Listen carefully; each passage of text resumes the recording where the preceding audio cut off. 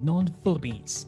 It is one of the leading educational institutions serving the people not only in Mindanao but the country in general. The Bukidnon State University academic programs for doctorate degree, Doctor of Philosophy and Educational Administration, Doctor of Philosophy in Education major in Instructional Systems Design, Doctor of Philosophy in Science Education, major in Biology, Doctor of Philosophy in Science Education, major in Mathematics, Doctor of Philosophy in English Language, and Doctor in Public Administration. For Master's degree, Master of Arts in Education with specialization in English Language Teaching, Guidance and Counseling, Mathematics Education, Mathematics Teaching, and General Science. Master of Arts in English Language, Master in Management, major in Business Management, Master of Public Administration, Master of Arts in Sociology, and Master of Educational Administration. For bachelor's degree, Bachelor of Elementary Education, Bachelor of Early Childhood Education, Bachelor of Secondary Education major in Mathematics, Filipino, English, Social Studies, and Science. Bachelor of Physical Education major in School Physical Education, Bachelor of Arts in Economics, Bachelor of Arts in English Language, Bachelor of Arts in Sociology, Bachelor of Arts in Philosophy, Bachelor of Arts in Social Science, Bachelor of Science in Mathematics, Bachelor of Science in Information Technology, Bachelor of Science in Business Administration major in Financial Management, Bachelor of Science in Accountancy, Bachelor of Science in Hospitality Management, Bachelor of Public Administration major in Local Governance, Bachelor of Science in Development Communication, Bachelor of Science in Community Development, Bachelor of Science in Food Technology, Bachelor of Science in Automotive Technology, Bachelor of Science in Electronics Technology, Bachelor of Science in Nursing, Bachelor of Science in Entertainment and Multimedia Computing, major in Digital Animation Technology and Game Development, Bachelor of Science in Biology, major in Biotechnology, Bachelor of Science in Environmental Science, major in Environmental Heritage Studies, and Juris Doctor. The main campus is located in the heart of Malaybalay City, Bukidnon, Philippines. The 16 satellite campuses are located in the province of Misamis Oriental, Alubihit, Talisayan, Medina, and Subungkugon, and in the province of Bukidnon, Paungon, Cabanglasan, Damulo, Impasugong, Kadingilan, Kalilangan, Kitaw-Taw, Libona, Malitbo, Quezon, and San Fernando. BukSU houses the tertiary academic units, the secondary school laboratory, and elementary school laboratory, and a senior kindergarten. Bukidnon State University. Educate, innovate, lead.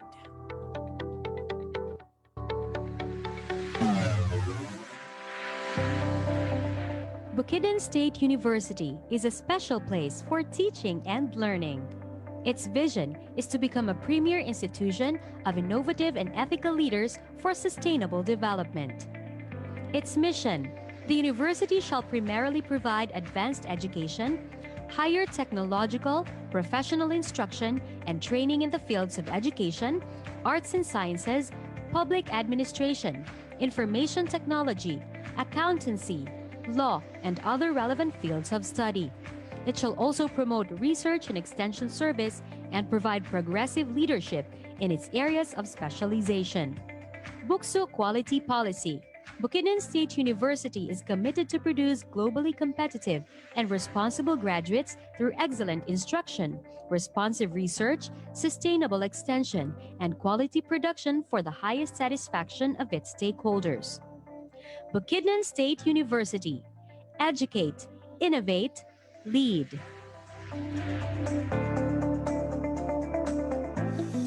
Hi, Bes! Mayong hapon. Kaseryoso bagyod. Kaganina ralay kasi paminaw si mong radyo.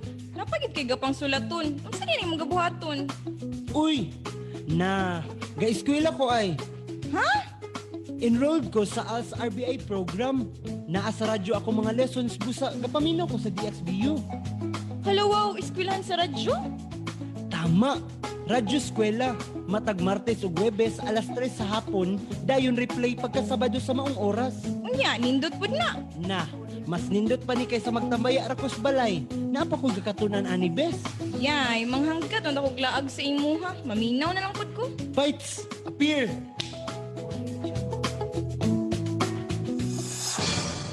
This is 104.5. DXBU 104.5. Bukidnon State University, through the Office of the Vice President for Research, Extension, and International Affairs, and the local government of Malaybalay, through City Mayor Honorable Florencio T. Flores Jr. and 2nd District Congressman Honorable Attorney Jonathan Keith T. Flores, bring you Pag-ambitay daw agkaulian, Share to Heal, a social innovation contra COVID-19. This program is an information, education, and communication campaign to address the 9 dimensions of the new normal on health and wellness, governance and management, culture, education, mental health, media literacy, spirituality, legal, and economics and food security. Join us every Wednesday at 9 to 11 in the morning for a variety of learnings together with our credible speakers. Only here on DXBU 104.5 FM. You can also watch the simultaneous Facebook Live through Pag-ambitay daw agkaulian, Share to Heal and DXBU 104.5 FM page. Pag-ambitay daw agkaulian, Share to Heal, a social innovation contra COVID-19. Pag-ambitay daw agkaulian, Share to Heal, the Bukidnon State University Social Innovation kontra COVID-19. Kini nga programa nagasiguro sa paghatag o pagsabot sa publiko mahitungod sa mga sumbanan, hagit o oportunidad dinha sa gitawag nga new normal o bagong normal. Kini usa ka pamaagi aron maandam sa pagsamot ang publiko diha sa pagwagtang ug pagkunhod sa mga hulga sa COVID-19. Mga labas nga impormasyon gikan sa masaligang tigpamakba sa hisgutanang labigitang mga pribado ug pampublikong sektor lakip ang ordinaryong lungsuranon. Paminaw sa pag-ambitay daw agkaulian, Share to Heal diri lang sa DXBU 104.5 FM matag Miyerkules alas 9 hangtod sa alas 11 sa buntag. Please welcome our host, Mr. Walter Balani and Miss Joanna Ruth Paloma. Pag-ambitay daw agkaulian, Share to Heal.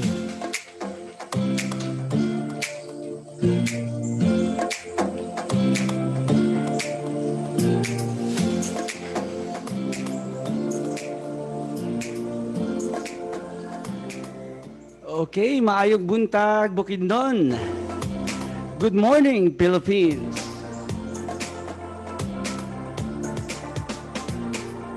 A blessed, healthy year and a happy new year to everyone. Welcome mga higala sa atong episode 20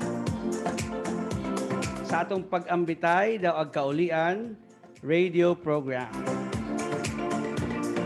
Og this is also our first episode for 2021. Good morning, partner. Good morning, partner Waltz. Nalipay gid ko karong buntagan no nga na partner na akong bossing sa una diri sa DXBU 104.5 FM. Good morning, Sir Waltz.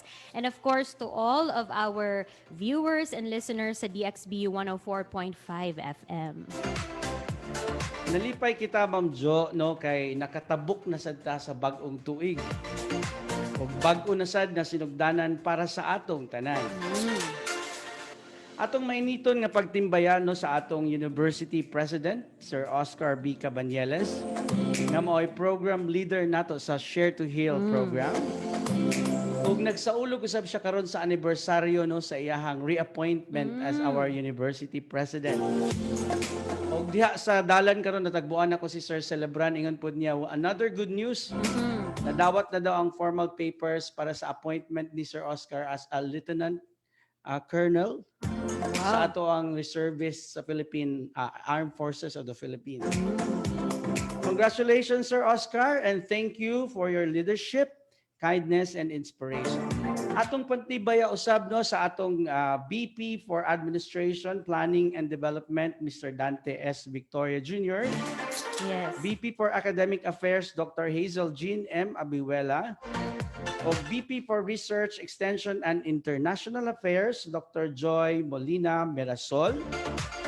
Siya usab ang atong project leader sa programang Pag-ambitay daw ag kaulian Share to Heal. Sa makausap pa ako si Walter Balane sa College of Arts and Sciences, Economics Department of OP Information and Publication Services. And ako si Joanna Ruth Osario Paloma sa College of Arts and Sciences, Language and Letters Department and sa Extension Unit. Atong pagtimbaya usab sa atong extensionist, no? Ang atong lead extensionist, Dr. Gemaline B. Paulican, Extension Director, Miss Ananin Fabago Caballero, Miss Joanne Vivian S. Belderol, Mr. Rich P. Colegado, and Miss Loretta Sol L. Dinlayan. And ang pag-ambitay daw ag kaulian Share to Heal is BukSU's Social Innovation Project for the City of Malaybalay, Bukidnon, Philippines. Pag-ambitay daw ag kaulian Share to Heal is also brought to you by the City Government of Malaybalay through our City Mayor Florencio T. Flores Jr. and the 2nd Congressional District of Bukidnon, Honorable Jonathan Keith T. Flores. Katuyuan ning programa mga higala ang pagsiguro nga masabtan sa publiko ang mga guidelines, challenges, opportunities nga nagakahitabo sa atong gitawag nga new normal. Aron kitang tanan maninguha nga makatabang alang sa kaayuhan sa atong komunidad. Pinaagi niini nga programa atong mahisgutan ang mga kasayuran, mga best practices, suggested interventions, pinaagi din sa radio of live streams sa Facebook. Og salamat sa Zoom Cloud application nga teknolohiya nga nahimo natong tulay no aron mapadayon ang atong panag-uban. Ang pag-ambitay daw ag kaulian Share to Heal is a collaborative effort sa atong mga fellow faculty dinhi sa BukSU alang niini nga katuyuan. Yes, partner Waltz, no? So while ready pa po ng atong first guest this morning, magbasa usa kita sa mga greetings, no? And comments sa atong Facebook Live. Hello and happy tuning in to our VP Ray, Vice President for Research, Extension, and Innovation, Dr. Joy M. Mirasol.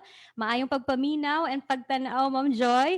Hello also to Leo Minda, Paano Jimenez. Maayad masulom kanit alan. God bless everyone. Ingon si Ma'am Leo Minda. Hello to Sir Iminhil Earl A. Edulsa. Mamizel May Garcia Saison, no? Coming from BukSU Cabanglasan Campus Faculty and Staff. Good morning sa inyo diha. Salamat kaayo sa makanunayong pagpaminaw. Hello to Ma'am Rachel Jo Antitar Toledo, to Ma'am Eva Botona, Grace Ken Rose Fuentes, to Ma'am Ana Luz, and to Rochelle Subang Pandong. Salamat kay sa inyong pagpaminaw. Aduna ka ba'y mga greetings diha, partner Waltz? Ako lang i-greet dong ako mga kauban sa Economics Department, especially sa amo ang chairperson, si Dr. Cleopas Beth Hakutin, o sa tanan nga mga kauban ako sa Econ Department. Apilosab sa akong mga kauban sa OP Information and Publication Services. And I would also like to greet Ma'am Jeff or Sir Jeff Leia Boling watching from Hawaii. Hello sa atong mga kauban nga sa Hawaii. May pagpaminaw. And of course, sa atong mga avid listeners gihapon, avid listeners and watchers diha sa OVPRA office. Hello sa atong mga secretaries diha nga nakatune in gihapon. To Ma'am Joy, to Ma'am Cherise, Ma'am Lara, JP, and Sir RR, and to Sir Paulo also. May pagpaminaw.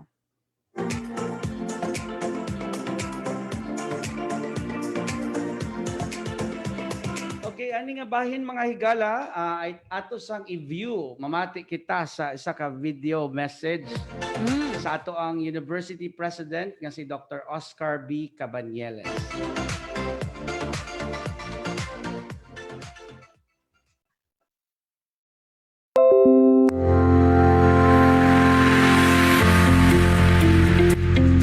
May buntag, may dasalam, inyo alan mga sulag, dinita, probinsya ta Bukidnon. Good morning. The Bukidnon State University unites the whole world in combating pandemic COVID-19.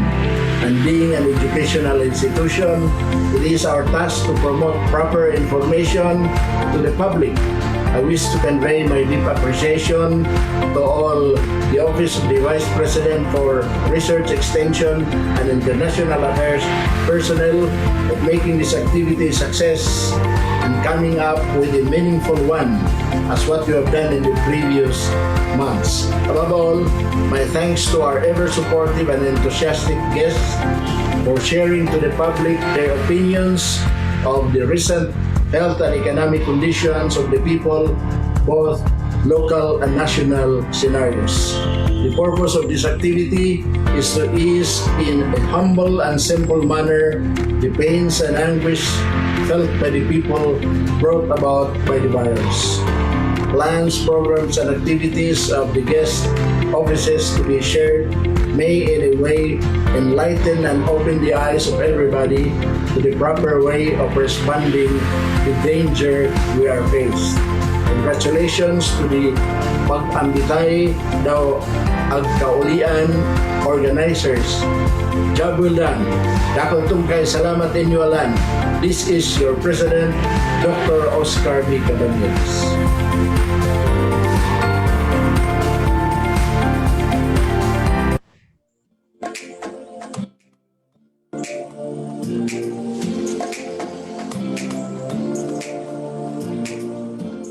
Inyong nakita og nabati mga higala ang atong University President, Dr. Oscar B. Cabanillas.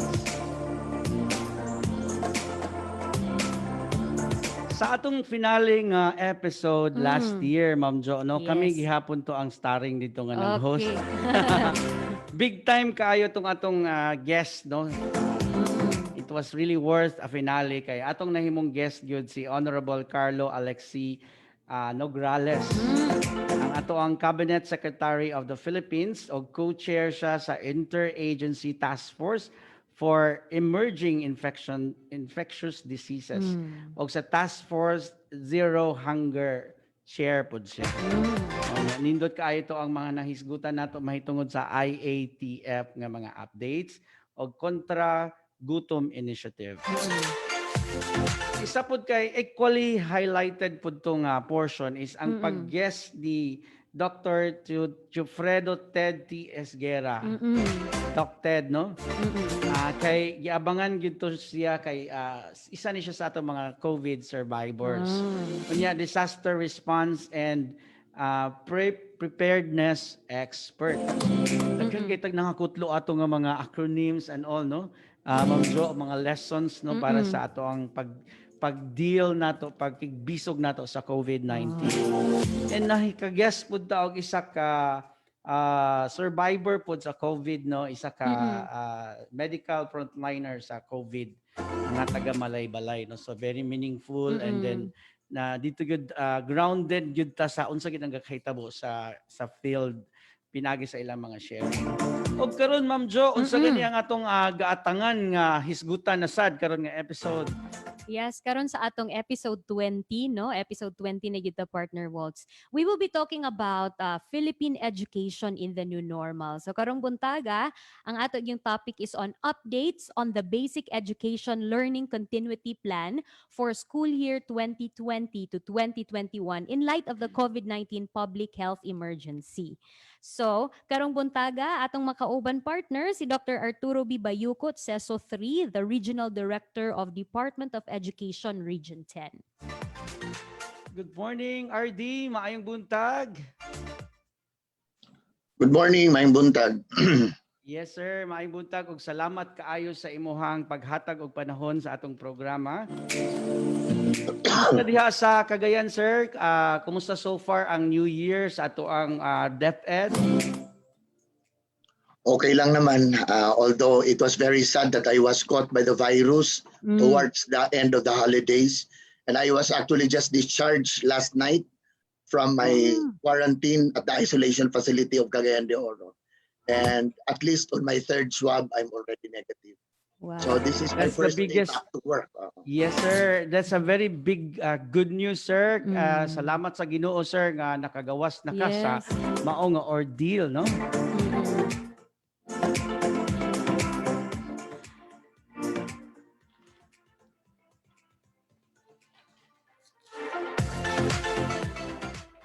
The COVID-19 pandemic has made changes in the way we deliver basic education, mga higala. Kumusta ang atong first half of the school year kaha, RD, in terms of the operations of our schools around the region? Well, we were able to survive, no? We thought all along that it was just easy. That's why we were even pushing for the opening of classes August 24. But because of many discussions, especially with the IATF and the president, finally it was moved to October 4, no? October 5. And we thought all the while that we have prepared enough, considering that the preparation took off April. Na ang nangandam ta, we thought all the while that every need has already been addressed. But little did we realize when October 4 commenced, marami talagang tsaka na lang natin makikita yung mga problema kapag nandun na tayo. We were able to address this, and satisfactorily, we were able to really naitawid natin ang mga pangangailangan towards the end of 2020, which covers the first quarter of the school year, no? And of course, there were many challenges, and even up to now, we are still challenged. But we continue to make initiatives, interventions, strategic initiatives to make sure we are able to close the gap between the current needs and what are the desired results we really are working for. So far, nahuman ang atong first quarter, and then we are now starting the second quarter, January 4. Yes, thank you, RD. Kanang unsa man ang pinakadako RD nato nga hagit nga maoy atong na-overcome usab, no? So far sa atong pakigbisog sa COVID-19, labi na ba aning atong gitawag nga new normal karon? Because of the pandemic, we really have to be compelled to deliver education remotely. Number one problem is our teachers are never trained or were not trained about distance learning delivery. So even before October 4, there were already lots of training programs to capacitate our teachers done by the central office, region, the divisions, and even the schools initiatives to make sure nga matrain na nga itong mga magtutudlo. They graduated baccalaureate degrees that only trained them to deliver education face-to-face. No? And there were distance learning modalities in the past, but that was not a massive utilization of the modality. Igamit lang to sa atong Open High School program for our students who are in unique circumstance that cannot report to school every day. Like our alternative learning system has been using distance learning delivery. For example, Bukidnon, na Malaybalay City, is very famous of the radio-based instruction in delivering our alternative learning system for the past 12 years already. That's why the experience of Malaybalay, which is Bukidnon State University partnership with DepEd, we learned so much lessons on how they deliver, no? In terms of the RBI. No? So we trained the teachers, we trained the principals, because it's our principals as well as education leaders. Kanang mga dato mga principals are more of instructional leaders. If you look at the mandates of the principal, at least 60% should be given to instructional leadership and only 40% for the administrative function. So we train them because of the change in the modality we deliver education. And then of course, apart from the training, we prepare for the logistics. What are the needed requirements to be able to deliver education using the distance learning delivery modality? Well, ang DepEd was only able to source out 10.4 billion, for example, to finance the implementation of BELCP, or the Basic Education Learning Continuity Plans, and especially on the printing of self-learning modules. No? That was eating the biggest fraction of the whole budget. But the 10.6 billion was just actually a one quarter budget.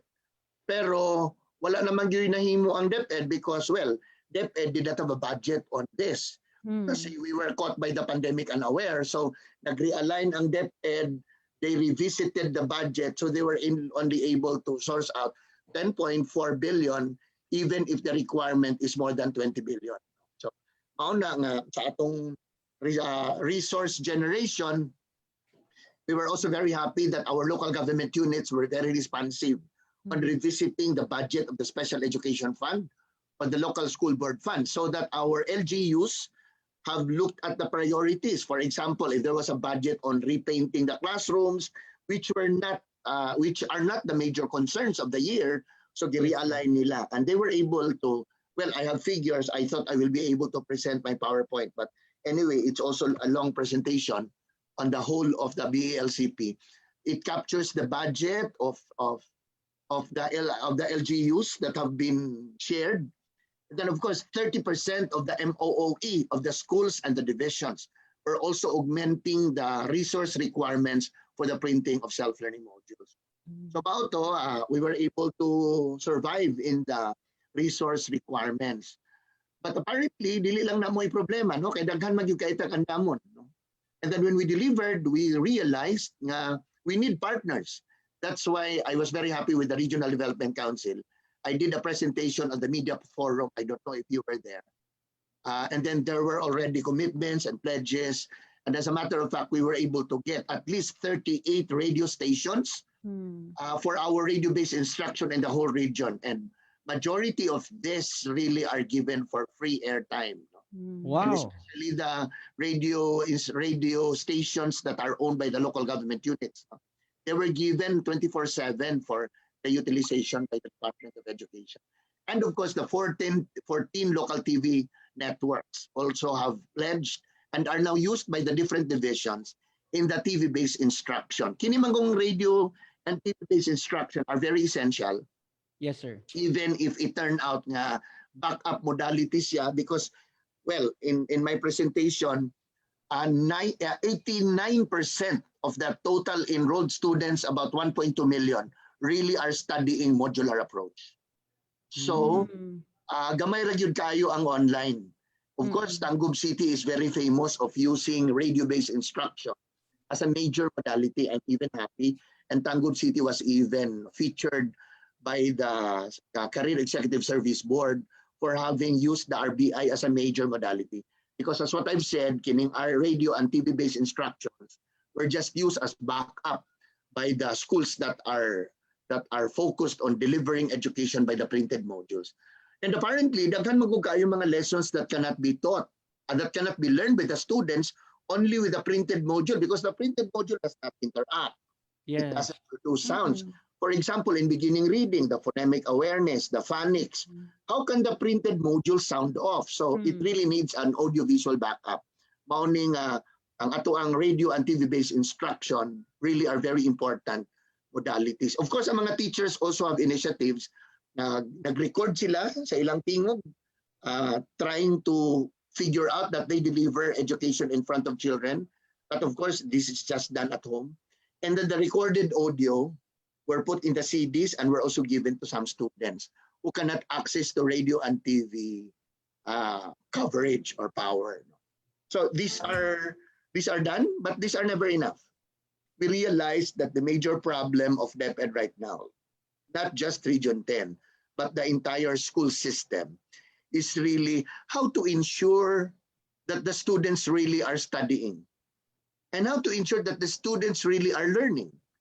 Even if the major principle of learning is learning takes place anytime, anywhere. It doesn't have to be confined in the four walls of the classroom. But how do we ensure that they really are learning? So we really have to monitor the progress. So our major concern is progress monitoring. How can it be done without face-to-face interaction? Well, we can call, but you know the limitations of calling. If we talk about loads, no, we can interact with the children to monitor the progress by Facebook, but not all have accounts, not all have access to internet. Yes. Number two problem is, of course, how do we validate learning? If they are studying, are they really learning? So the two major concerns is really the progress monitoring and the validation of learning. That's why in our proposal for a limited face-to-face, when I presented it at the RIATF and the Department of Education, Secretary did a very good representation to DepEd, Secretary Briones, presented at the cabinet meeting and the IATF meeting on our proposal for a limited face-to-face, i-grant unta atong January. And the President said yes to that, but eventually the President has changed because of the continued scare and threats of COVID-19. So Bayan. wala na po yun ang limited face-to-face. Patumagot ang limited face-to-face will not be the conventional kind of face-to-face teaching and learning. Magpadala, kung ako, if I'm a teacher of 40 students, I will schedule like on a Monday, I'll just meet the first 10, because we have to observe the requirement of the public health standards. No? So Yeah. I'll get the 10, and Tuesday I would probably meet the second 10, the 30. It could even just be 3 to 4 hours a week, or half day or one day, and we're giving the principals the liberty to decide what's best on their condition. But apparently, wala gyud to siya na dayon bisag na plano na namo because of the president's pronouncement that it is really too risky even to a limited face-to-face to be conducted. So again, that continues to ache our heads in terms of the two major issues I have just presented. And we thought all the while that the parents, kaya ang atong mga ginikanan, we did a massive orientation done by the schools, done by the divisions. We did also a lot of radio episodes, teleradyo episodes on communicating to parents para ila pong makita nga ang papel nila karon is really greater than the usual. Because actually, the students are learning at home, and kailangan nilang bigyan ng gabay at patnubay ng mga bata habang nag-aaral upang matuto. But apparently, if we also expect the parents to really assist learning, there are also issues for parents. Number one, are they capable to also coach? Because apparently there are, for example, I went to Dunguan Elementary School, the farthest school in Cagayan de Oro. That's 82 kilometers from downtown area. And when I got there, I looked at the profile of the school. Out of 80 parents in that school, which is a far-flung community, out of 80 parents in the profile, only 2 are able to read. So how do we expect the 78 to coach? Ay duwa may makabasa. So the issue on the technical and academic aspects, no? Apparently, bas graduhan pa ang mga bata sa ginikanan. But we don't also rest on our case on that, because ang parents have leadership projection at home. So even just by commanding or telling the child, unsa man, naghimo na ba ka sa imong assignment, ay nakadapit. You know, the guidance may not necessarily be on the academic aspect of the learning. So it just be a guidance as a parent to ensure that students really are doing their task in terms of learning engagement at home. So mao na. Second, there are also parents who are capable to coach but cannot also deliver because of the material time. They are working, and priority is to earn a living to feed the family. So again, we were also considering that in our orientation with parents. Ingon mi, pag uli nila, gikan sa balay, pag gikan sa trabaho, they can always check. No? But apparently, nandun pa rin ang ating mga agam-agam ang pangamba kung ang mga bata ba talaga ay maximally learning by the way education is delivered. So, ang dami po mga strategies na ginagawa ng kanya-kanyang guro. Ganun pa man, it really still has limitations, because I think the best way really to answer those two issues I was telling is interaction, for example, is really doing it face-to-face or online. Yes. Katong mga online students studying virtual, just like what we're doing right now, wala man ito yung problema, exempted to sila sa among mga issues on these two things. Because the teacher is there guiding the students' learning, even if it's virtual, but interaction is real time. If the students would like to clarify, then he can raise the question on the time, on the dot, and the teacher can also answer. So the online students would not have really problems regarding the validation of learning or the monitoring of the progress. Kaya lang, the statistics, very sad, that only almost 50,000 only out of 1.2 billion enrolled in the whole of the region that are studying through online. For obvious reasons. Number one, they do not have the gadgets. And if they have the gadgets, they do not also have the internet connectivity. And if they can afford with the gadget and the internet connection, many of them are also staying in the areas with dead spots, with no internet access. So kahit marami ka pa namang perang ipambili, example, when I travel from Iligan to Pagadian, passing by Lanao del Norte area, there's a lot of areas there which are dead spots that I cannot even make a call in these areas. So these are the problems that really are still in the priorities of DepEd to address. Thank you very much, RD, sa imong initial nga pagpadayag sa inyuhang mga challenges and how you overcome it.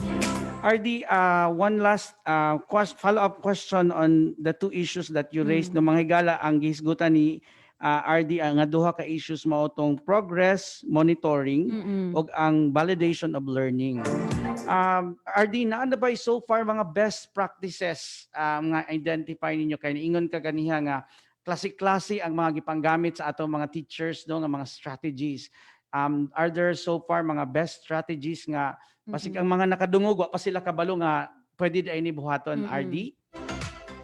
One strategy that we see in the field, for example, in Osami City National High School, I saw this before my eyes. Really, the teacher is the one doing canned learning and teaching episodes. Unsa mo niya, no? So mao na nag-record siya sa tingog. Wala may TV siguro ang mga balay sa ubang mga magtutudlo. Actually ginawa nila teleradyo. Cellphone lang ang gigamit, no. The teacher is trying to presume that he's teaching in front of the kids. Tapos record niya, and then the recorded video or audio, kay audio para sa radyo, video para sa TV, reproduce. They put it in CDs which are very affordable. Di kinahanglan nga rewritable CDs. There are just CDs that cost 20 pesos. And then they put it there, and then ilang ipadala sa mga bata. It's one way to make sure interaction is done. Number two, in the far-flung areas, for example, in Bukidnon that I have gone, as far as Balogo Elementary School in Pangantukan, and a lot of the schools in the barrio, naagid sila yung mga kaugalingong initiatives. For example, bawal man ang limited face-to-face, but apparently the teachers really are doing a little bit of that. How did they do that? Now, well, the students were not required to report to school. They do home visits, house to house. But of course, how can you cover with 40 students? How much can you cover or how many can you cover in the entire week? No? But you know, ang ato mga magtutudlo, kung pangutan-on gid nimo, tanan gyud sila gusto gid unta nga mag face-to-face. Because it's the way they lived their careers for the past years, and they were trained to do it. And so nakita man nila ang kalisod yun nga, unsaon nimo pag-validate sa learning, unsaon man nimo pag-monitor sa progress, kung di mo magkita sa bata. So nag-home visit sila. Apparently, dahil mga gagmay kayong school sa mga bukid, na wala yun guys got anang COVID. I was even to barangays nga wala gani nag-mask because there was no COVID actually in their areas. So nagpa-kita-kita ang maestra, magtapok-tapok sila sa barrio hall, sa neighborhood, no? Because ang children nato karon really need support system. We cannot just solely rely on them studying on their own.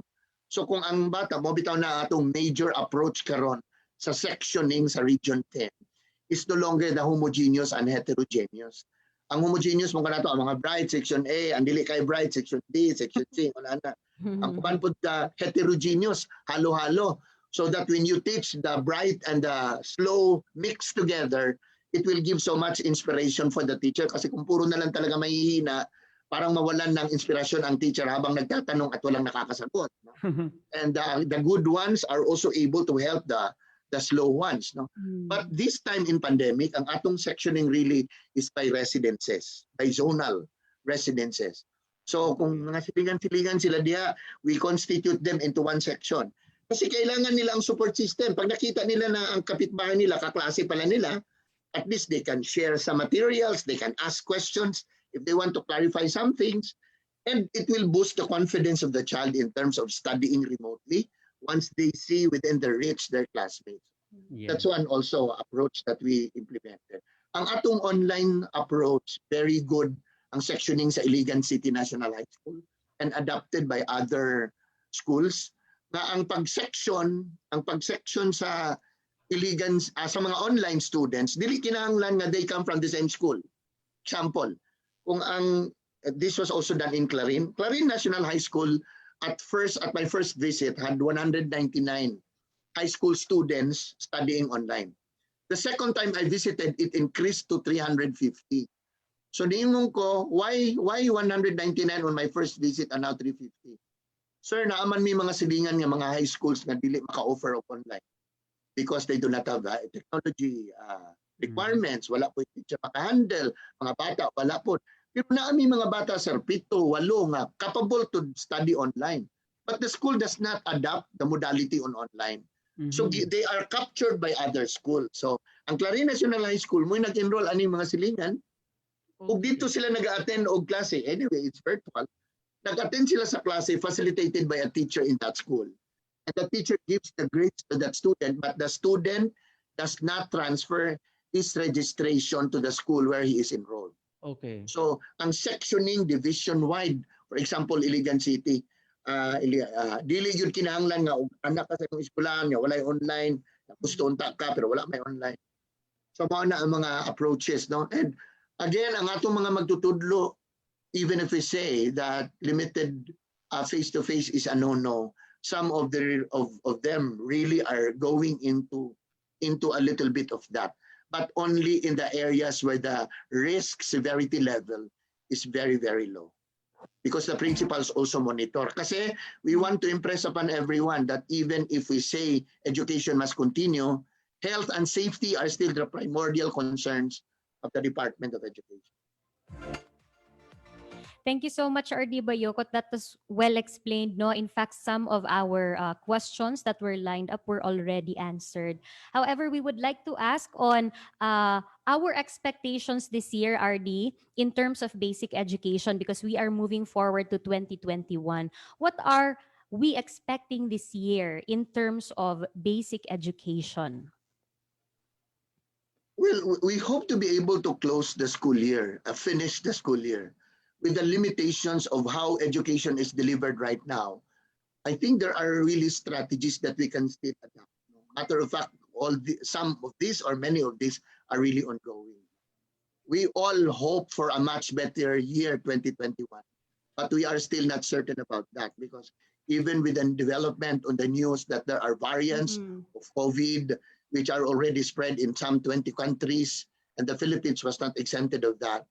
So I think we continue to really put health as the _1 and primordial concern. So DepEd continues to deliver ang atong joint delivery voucher program or JDVP for our grade 11 and 12 students are in full blast. And ang atua pong mga partner private institutions that deliver the JDVP are also accredited by TESDA. And they were also evaluated and approved by the Department of Education as service providers on this. Kaya ang atong mga senior high school cannot just develop the competencies by theories and principles. No? For example, kung nag-enroll sila sa TechVoc and livelihood education or TVL track, welding, for example, cookery, you cannot just study welding and learn welding by just listening to instructions or looking at photos or even videos. They really have to do it hands-on. But how can that be done when they are studying at home and they do not have the welding machines? Ipuntingan limusugot ang atong mga nanay na praktisan ng ilang kuryente para sa electrical installation where the child is enrolled as part of the TVL track. No? So, yun talaga medyo mahirap. Kaya itong ating JDVP service providers are given also the flexibility, tawag natin dyan, flexible learning delivery sa atong mga JDVP service providers. Some of them are doing online, some of them are partnering with industries on the internship or JT in a practicum kind of thing. No? And they really require students to go to the industries. Again, on top of it, ensuring that the minimum public health standard requirements really are followed. Because before sila gi-approve sa DepEd and sa TESDA, gitanaw gyud ni nga ma-observe gyud sa mga partner institutions. Because if they're not able to really adhere to that, then the accreditation and the approval will really be canceled. So these are the things, no? And we expect that we will be able, kasi kung hindi naman tayo nagbukas, naalala nyo, bago tayo nagbukas October 5, 2 na lang na bansa sa buong mundo ang hindi nagbukas ng klase. And kasama po yung Pilipinas sa 2.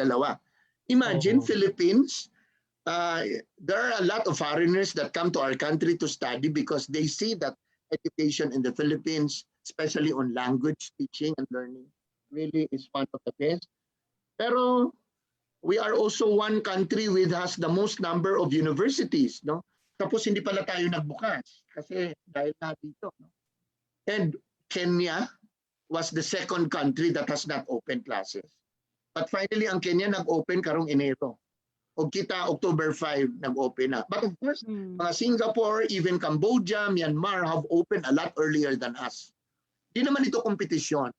But I think this is also the best way for our children to keep them busy and engaged. Kasi kung ikaw naman ang nanay sa 5 bata at ang 5 bata hindi nag-aaral, how do you control them?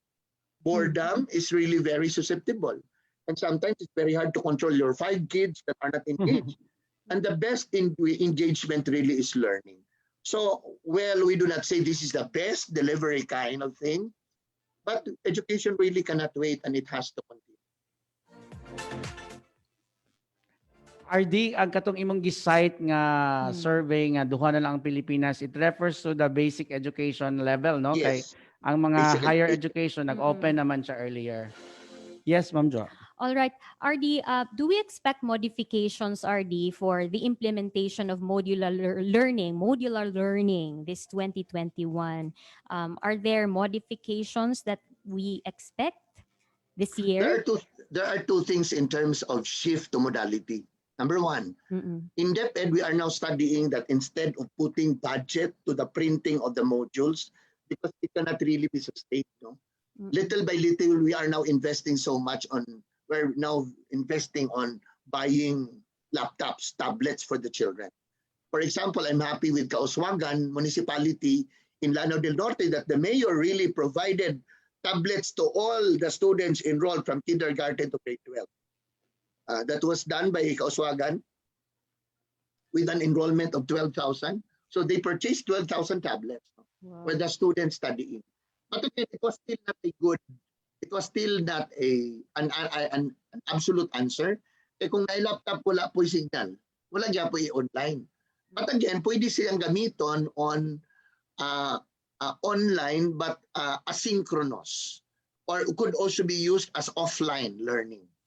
So tagaan silang mga interactive videos, no? So again, there's a shift of Department of Education from the modular approach to really on a technology-based instruction.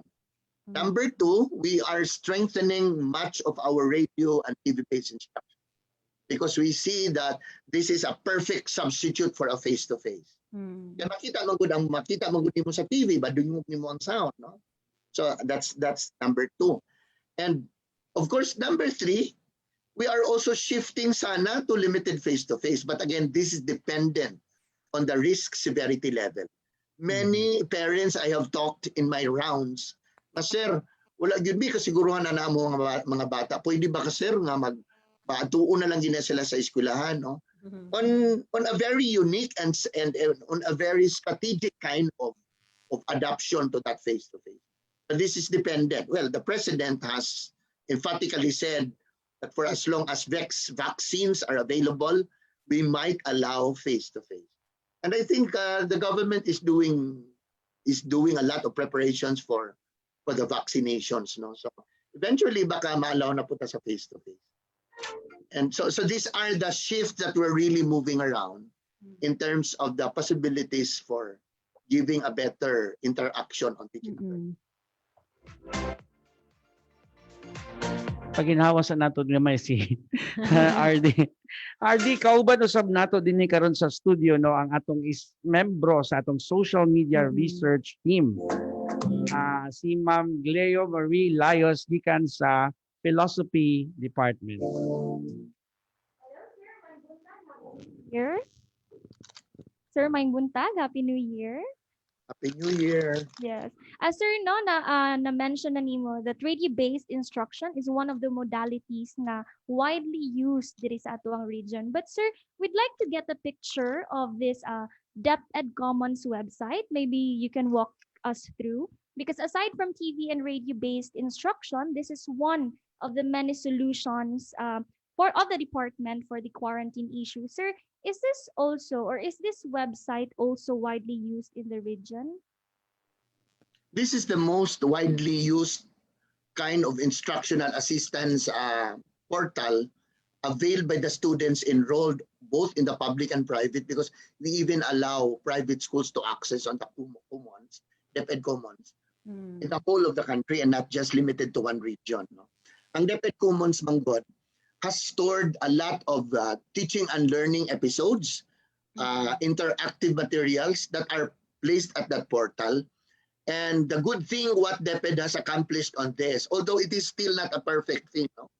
It's work in progress. Kay one magud siya, all the materials that are stored in this site are calibrated according to grade level. So if you wanna say take a look at grade 6 English, then you can just go to the grade 6 files and disaggregated according to subject areas.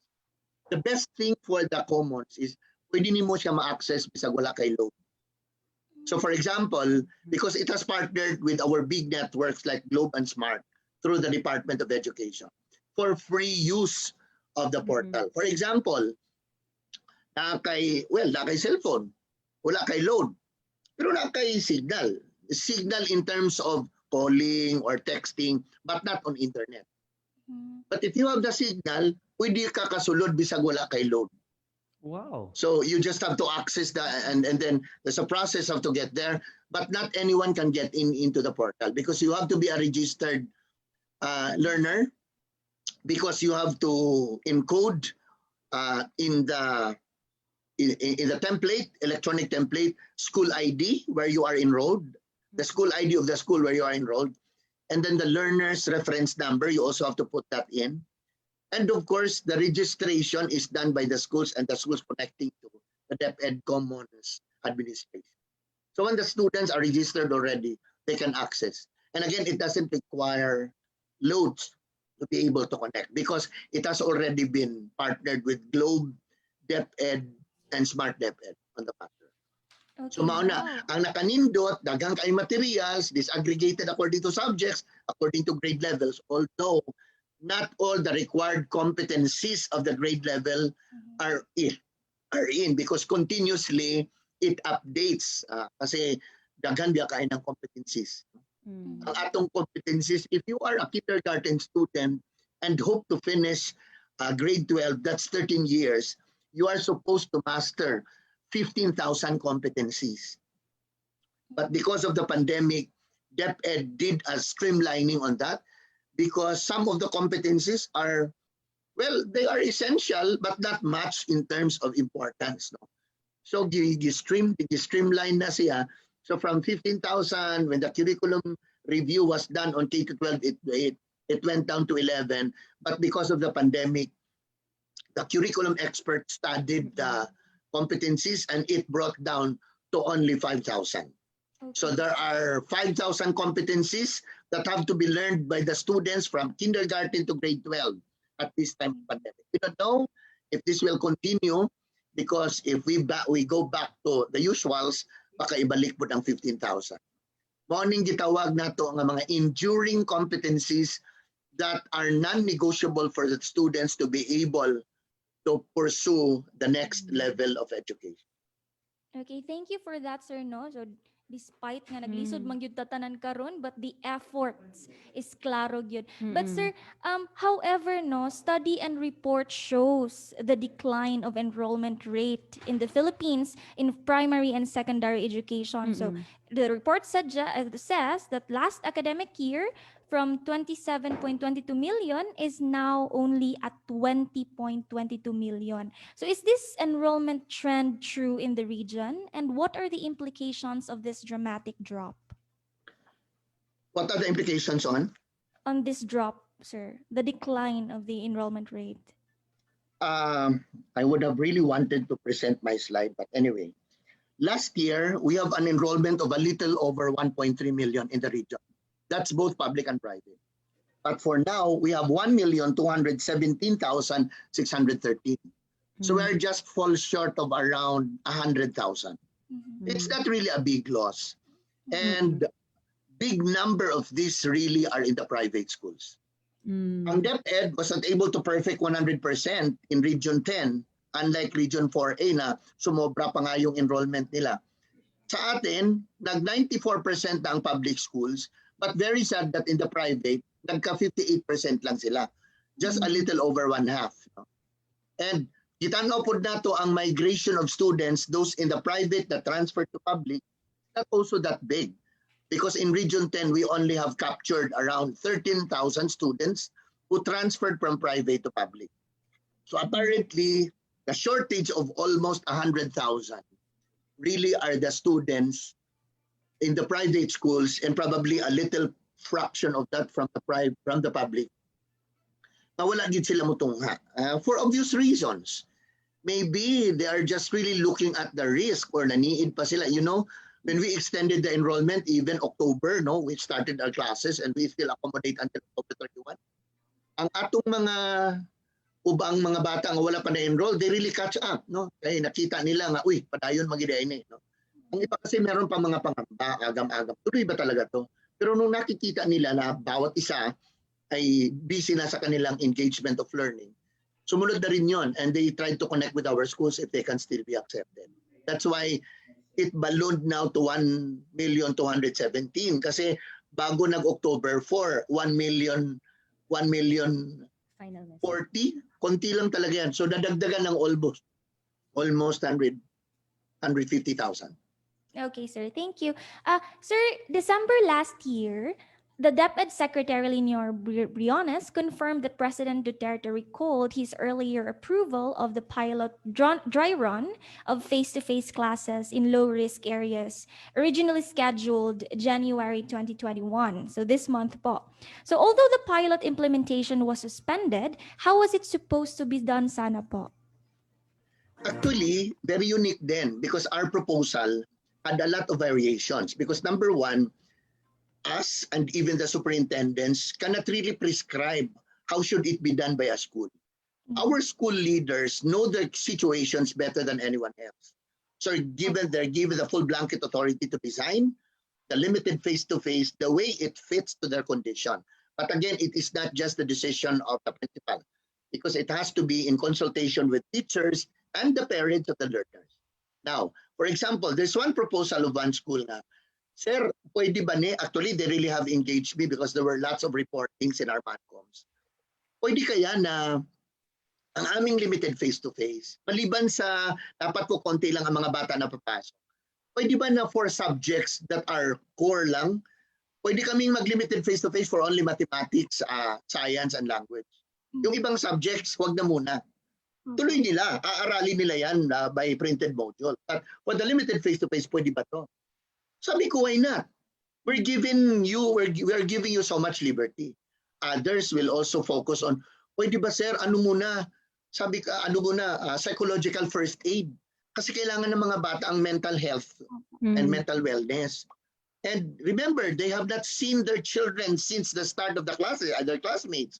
So kagaway kami ng mga team building activity or social skills development activities. Sabi ko, yes, that should form part of your priorities. Now, in terms of number, meron nag-propose na 5 lang, 5 sa umaga, 5 sa hapon. Tapos, isang beses lang sila magkikita sa isang linggo. So, at least the teacher can only see the children 5 hours in 1 week because the next day, another group of students. Kasi we have to ensure na kailangan talaga masunod yung minimum health standards. Matter of fact, hindi papayagan ng eskwelahan na mag-offer ng limited face-to-face if the 3 components are not addressed. Number 1, the component on ensuring health. Meron bang foot bath? Meron bang hand washing facility? Meron bang mga markings? Meron bang thermal guns? Number 2, titingnan din ang anong tulong maibigay ng eskwelahan in terms of transportation. Kasi kung safe ang school, but what about their way coming to the school? True. So, they should be provided with transportation. So, may mga initiatives na sila na, sir, priority na lang yung mga nakatira sa malalayo, yun ang bigyan natin ng transpo. So, where do you get the funding to finance the transportation? No? Mag-hire daw sila ng van, mag-hire sila ng ganon. Tapos, ang kayo kukuha ng funding? It can be taken from the MOOE, but the MOOE of the school is so limited. So, they connect again with the local government units also allocate some portions to provide the transportation because that's part of the conditionalities. No? And of course, number 3, yun na yun, yung structure ng klase. Pwedeng half day lang, pwedeng whole day, pwedeng 2 to 3 hours lang. Importante lang talaga magkikita si teacher sa mga bata on 2 issues that I already have presented a lot earlier. And this is on progress monitoring and validation of learning. Opo. So sa tingin niyo po sir 'no, kung na-push man po ito, kung natuloy man po itong dry run na ito, handa po ba or kaya po ba ng Region 10? Of course, nakakatawa nga kasi my attention was called during our MANCOM because when the secretary reported the profile of the regions, we are number one in terms of the most number of schools that requested for limited face-to-face. Oh. Kasi umabot tayo talaga sa una, 780. Ang buong Pilipinas, ang gusto ng secretary, 1,200 lang. But 780 of that, kinain na ng Region 10 request. Ang ibang region, sa 10, 20, 40. At kasi ito yung gusto ng mga superintendents. Tapos anong sinabi ko sa DepEd? Sabi ko, ma'am, I hope we are doing the limited face-to-face, not just because of the research that the Department of Education is conducting. Well, doing the research is very good, but we cannot just close our eyes to the needs. Ang amin talaga, ma'am, para mabigyan ng pagkakataon ang progress monitoring and validation of learning na masagot sa pamamagitan ng limited face-to-face. We support your research, but sana you don't limit our number to that small number. So, through negotiation, bumaba tayo ng 500, and finally, 470 in the whole of the region. No?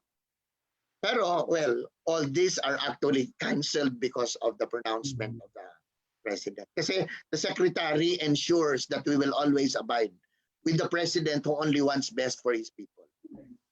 Okay, thank you so much sir. So yan lamang po from social media research team. Thank you. Daghang salamat, Ma'am Layos.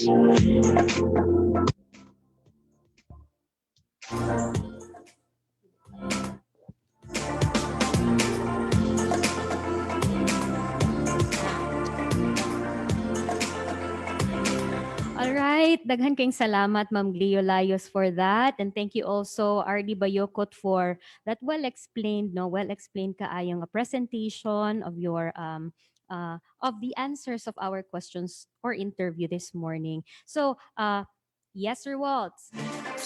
Na ako'y pahabol di ay nga question, RD, no? You mentioned earlier nga aside sa mga local nga mga initiatives, strategies sa teachers, naapod tayo ginahulat or ginabuhat pod na other than what DepEd can do. Naapod ba tong unsay balita sir sa katong, di ba, isa sa mga problema nga nung dili ta pwede mag-online kay walay internet, no? Naapod ba update sir sa katong plano sa gobyerno nga ang massive internet connection even in the rural areas? Do you think that is still in the drawing board, sir? Yes, of course. As a matter of fact, in our regional development councils, the chairman, Governor Philip Tan, has always given time for the ICT to update the council kung ano nang nagawa in terms of upgrading the internet connectivity in the entire country. No? So I think they're doing their best, and I think in the budget for 2021, they have gotten enough share. It may not be enough, but at least bigger than last year in terms of these agencies that are tasked to really improve the internet connectivity of the whole country, seeing the problem. No? Although we are very happy nga ang DICT, nagtabang yun nato, or even NTC, nagtabang nato sa atong mga problema when we took off our classes last October 5. All right, thank you, RD. Do you have some things more to say, RD, those that are not present in your PowerPoint that were not asked from you? Basi naa pa kay gusto istorya before we will go to your final message. Yes, RD.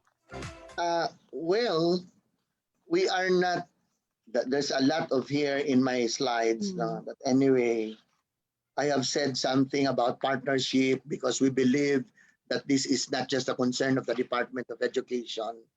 We continue our education, communication, information, and advocacy programs to make sure that our parents really continue to understand and absorb what is really meant by education remote, and then for them to really understand their roles. We, of course, emphasized health even in the midst of our distance learning delivery, no? Because apparently in my rounds, kasagaran yun, ang mga ginikanan man ang muadto sa eskwelahan to pick up the printed modules. Dili man yun mahatod-hatod, no? Considering that kung ihatod man gud na, Well, if you are a teacher with 40 students residing in different locations, you have to travel 40, no? So far, we're doing well and we have not received, practically our office that's not received any complaint about instruction. I don't also believe that there are no problems and complaints, but because of the fact that they have not reached my office, I think they were able to be addressed by the school leadership or even up to the division office. No? Kasi part of the leadership domains is really to address the problems, navigate politics in all parts of the different levels of governance in the bureaucracy of them. All right. Daghan kayong salamat, RD Bayokot, for your final message para sa ato ang mga listeners and viewers here sa Facebook sa atong Share to Heal program. RD, please. Para sa mga naminaw tanan, no, labi na katong wala pa gyud kaayo nakasabot sa atong pamaagi. No? There are limitations, we agree on that. Ang atong different modalities of online, offline, printed module or the self-learning module, the radio and TV-based instruction. Once they complement each other, they also are able to contribute towards the learning of the child. Pero ang importante yun kayo ay ang papel sa mga ginikanan kaya ang mga bata na amang yun. But you know, there are also positive things that are happening right now in this distance learning delivery modality. The perennial problems of cutting classes, absenteeism. Wala na mga problema karon on cutting classes and absenteeism. Because the students are just stuck studying at home. No? So again, I know we can survive because we have already proven that at least in one grading period, we were able to survive. Region 10 is one of model regions in terms of the self-learning modules production. Kaya kita magud sa Region 10, wala ta magsalig sa mga SLMs nga giproduce sa DepEd. Matter of fact, kita ang una gyud kaayo nga nag-develop sa atong kaugalingong modules, wala pa instruction sa DepEd. Kasi nakita ko na, when we were hit March 15, immediately, first week of April, nag-usap na kami. And we were already studying about who should write our modules, who should evaluate our modules. And ang atong gigama yun yung modules is from kindergarten to grade 12, all subject areas shared by the different divisions. And kay 14 man ang atong division, 3 man ang grade levels, bawat division isang grado, and the grade 6 ay pinagtutulungan ng Lanao del Norte and Tangub City. No? So ganun. Nung nabuo na yung plano ng central office, inassign din ang mga regions kung anong isusulat nila. And Region 10 is just assigned to write the modules on grades 11 and 12 senior high school for the core and applied subjects. So ready na ta, submit na to. Kaya ang grade 3, isulat sa Region 8, ang Region 9, nagsulat po sa grade 9. Pero kita ready na ta. Sus, pagka sugod na sa klase, wala man yun na 100% ready ang central office. We did not have much problems on that because Region 10 was prepared. As a matter of fact, majority of the modules that are used by our students in Region 10 are the ones that are developed locally by our Region 10 writers and evaluators. So, ready na ta, even up to 4th grading, we already have our own modules. Kaya gipadayon yun na muna to complete the whole cycle. And amo mong giawhag kamong naminaw tanan karon nga again, this is not the conventional situations of the past. So you really have to put in your share. Kay dili yun ni masulbad nga kami-kami lang. Education is everybody's business. And I think everybody agrees with me that it really takes the entire village to nurture, educate, and raise the child. And who is this village? The village is us. Nobody is exempted in that village. Because even the media people, you also have your sons and daughters who are enrolled in both public and private schools. So, mauna nga nagpasalamat yun mi nga nagdaghan kayo tang mga even individual philanthropists who really are sharing some resources to our schools because they feel that when you invest in education, you can never go wrong. Daghan kayong salamat. Daghang salamat RD Arturo Bayukot sa Department of Education Region 10. Ay gala atong gi-appreciate no naka Color of the Year gid si Sir, no? Yes. Color of the Year nga Sir, kami po Sir naningkamot pod nga maka Color of the Year mi. Maka-yellow gyud. Higot diri sa tubangan para lang gyud nga Maunsa man ni malinghian. Yes. Okay mga igala no atong nadunggan og nakita ang atoang nahimamat karon nga buntag ang atong RD sa Department of Education. Ug ubay-ubay ang atong na-cover nga mga content, Ma'am Juana, Yes. no? Sir, salamat kayo sir sa imong pag-uban sa ato Thank you. Ubay-ubay kaayo ang atong mga na-cover, Ma'am Juana, no? Gikan sa mga general challenges hangtod sa mga specifics, no? That's right. In fact, nakuha nato nga sa dihang nag-implement na gid ita sa katong ato ang new normal, ang pinakadako nga immediate challenge nila is unsaon pag-andam sa mga faculty, no? Kay wala lagi daw gyud naka-agig training for distance education. Yes, so ubay-ubay no, unya nalipay kita mga igala kay na overcome ang mga challenges. That's right. In fact, in the end, we are very optimistic. Nalipay kita sa note nga ang Region 10 isa sa mga pinaka-survivor, pinaka-model nga region sa tibok Pilipinas Right. in terms of coping the COVID-19 situation. That's right. So karon mo adto na kita sa atong second nga guest, no? Atong oras di ay alas 10:05, no? It's 10:05 and you're still tuning in and listening to Pag-ambitay daw ag kaulian share to heal a social innovation kontra COVID-19. Okay, antes ta mo proceed, no? Hinhawa usa kita. We'll take a very short break sa atong pagbalik ang atong second guest kaganihara nakasulod na sa ato ang Zoom application. So ato ni siyang taod-taod lang no ato siyang balikan para sa ato ang second segment. Human lamang sa pipila ka mga pahinumdum.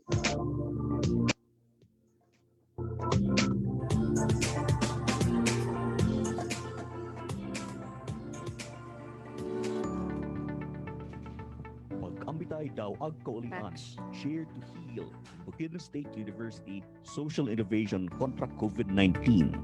Kini nga programa nagasiguro sa paghatag ug pagsabot sa publiko mahitungod sa mga sumbanan, hagit ug oportunidad dinha sa gitawag nga new normal o bag-ong normal. Kini usa ka pamaagi aron maandam sa pagsamot ang publiko diha sa pagwagtang ug pagkunhod sa mga hulga sa COVID-19. Mga labas nga impormasyon gikan sa masaligang tigpamakba sa hisgutanang labigitang mga pribado ug pampublikong sektor lakip ang ordinaryong lungsuranon. Paminaw sa pag-ambitay daw ag kaulian, share to heal dili lang sa BukSU 104.5 FM matag Miyerkules alas 9 hangtod sa alas 11 sa buntag. Your educational and community-based radio station, BukSU 104.5. It's more than just music. Bukidnon State University is a special place for teaching and learning. Its vision is to become a premier institution of innovative and ethical leaders for sustainable development. Its mission: the university shall primarily provide advanced education, higher technological, professional instruction, and training in the fields of education, arts and sciences, public administration, information technology, accountancy, law, and other relevant fields of study. It shall also promote research and extension service and provide progressive leadership in its areas of specialization. BukSU Quality Policy.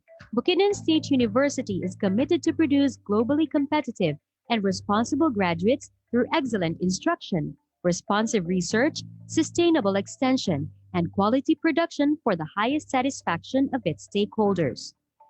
Bukidnon State University. Educate, innovate, lead. Unsa ang new normal o bag-ong normal batasana sa pagsunod niini. Sa bag-ong normal, gikinahanglan ang pagbansay sa kaugalingon hangtod maanad. Sa sinugdanan mabaguhan ka o gikinahanglan nga pagsag-ulo sa mga angayan buhaton apan sa katapusan maanad ra. Mao na kini ang bag-o nga kinabuhi nato.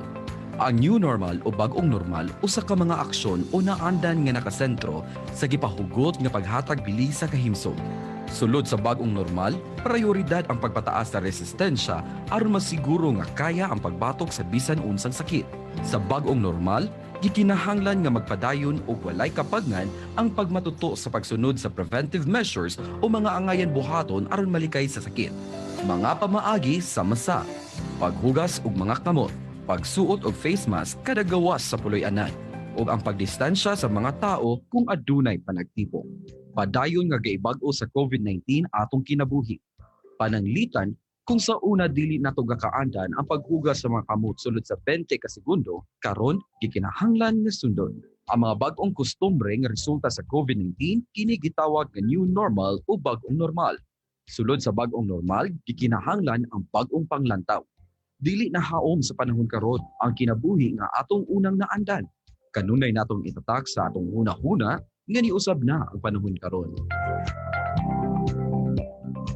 Kini nga sugyot mahibalo gikan sa Bukidnon State University ug lokal nga pangagamahanan sa syudad sa Malaybalay pinaagi sa City Health Office Malaybalay, Provincial Disaster Emergency Operation for COVID-19 ug mga estasyon nga miyembro sa kapisanan ng mga broadcaster ng Pilipinas, KBP, Bukidnon Chapter.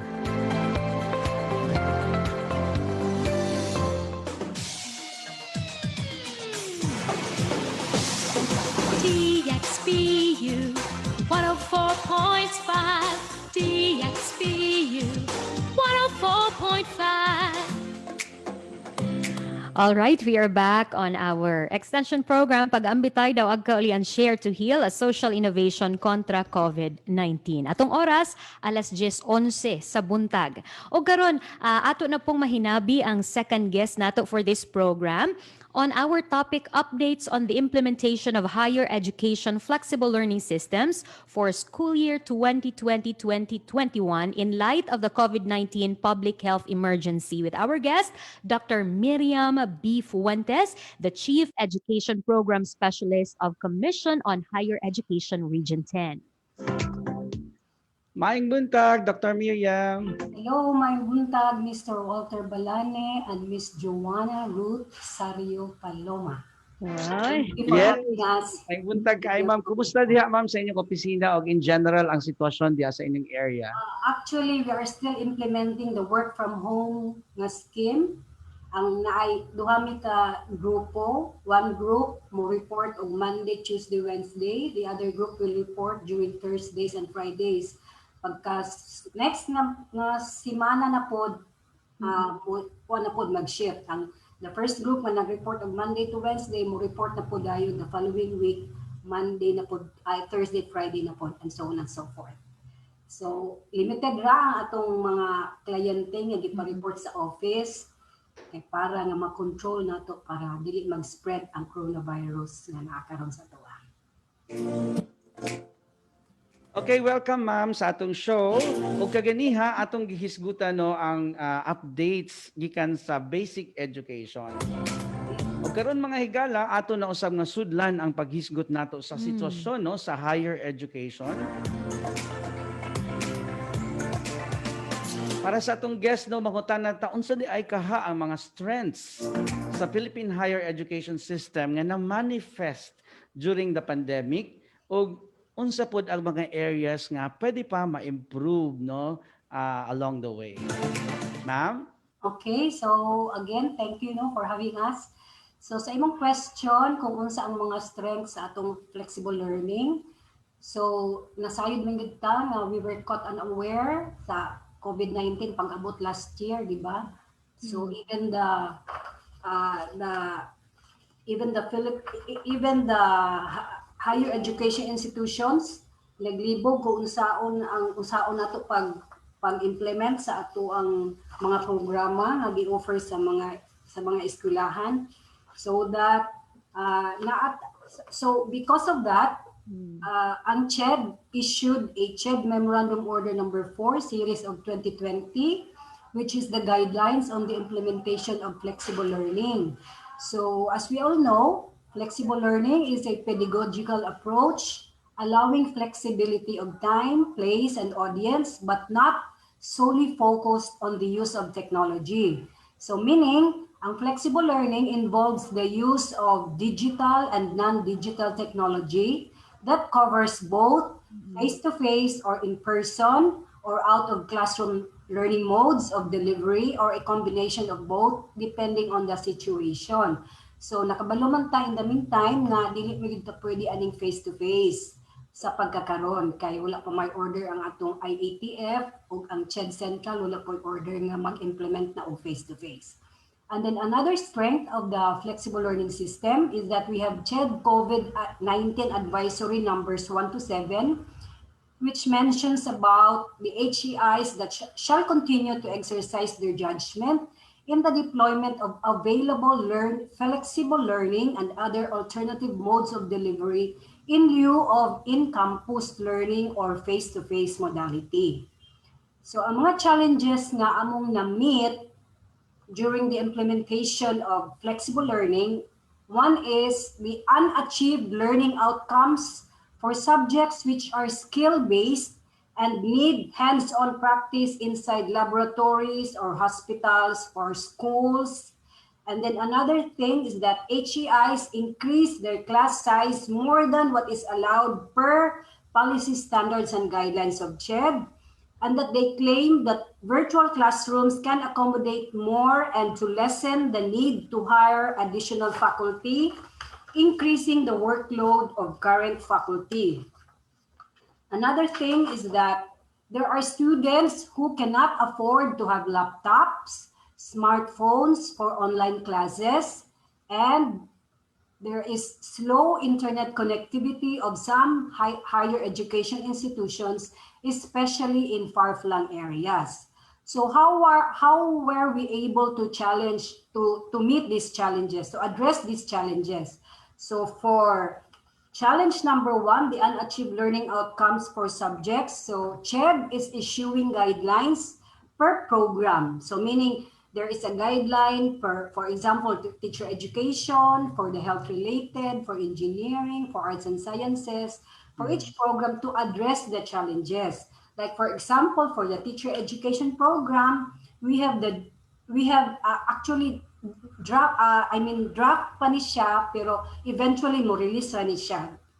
There's a joint CHED DepEd memorandum order, in which the subject is the new normal policies and guidelines on the deployment of pre-service teachers for field study and teaching internship for school year 2020-2021.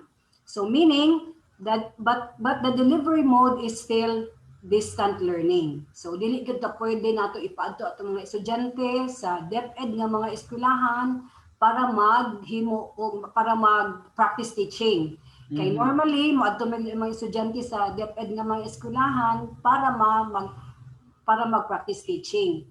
Pero sa pagkakaron, since dili pa man ta pwede mag face to face, distant learning lang sa ang ato ang himuon based on the joint CHED DepEd memorandum order. And then on the second challenge, which is that the HEIs increase their class size more than what is allowed per PSG, kay magsalig naman lugar ubang HEIs kay anyway virtual man, so pwede na bisag pila na lang kay estudyante ang atong idawat sa usa ka klase. So because of this, we already conducted our monitoring as to the implementation of flexible learning per HEI. So we already advised them to stick to the guidelines that are set in our policies. So dili gud dapat kung unsa to ilang gi-implement atong tong normal pa before the COVID pandemic o until this time dapat i-implement gyapon nila, no? And then for the next challenge, there are students who cannot afford to have laptops, smartphones or for online classes. So there are HEIs that do not implement the online classes.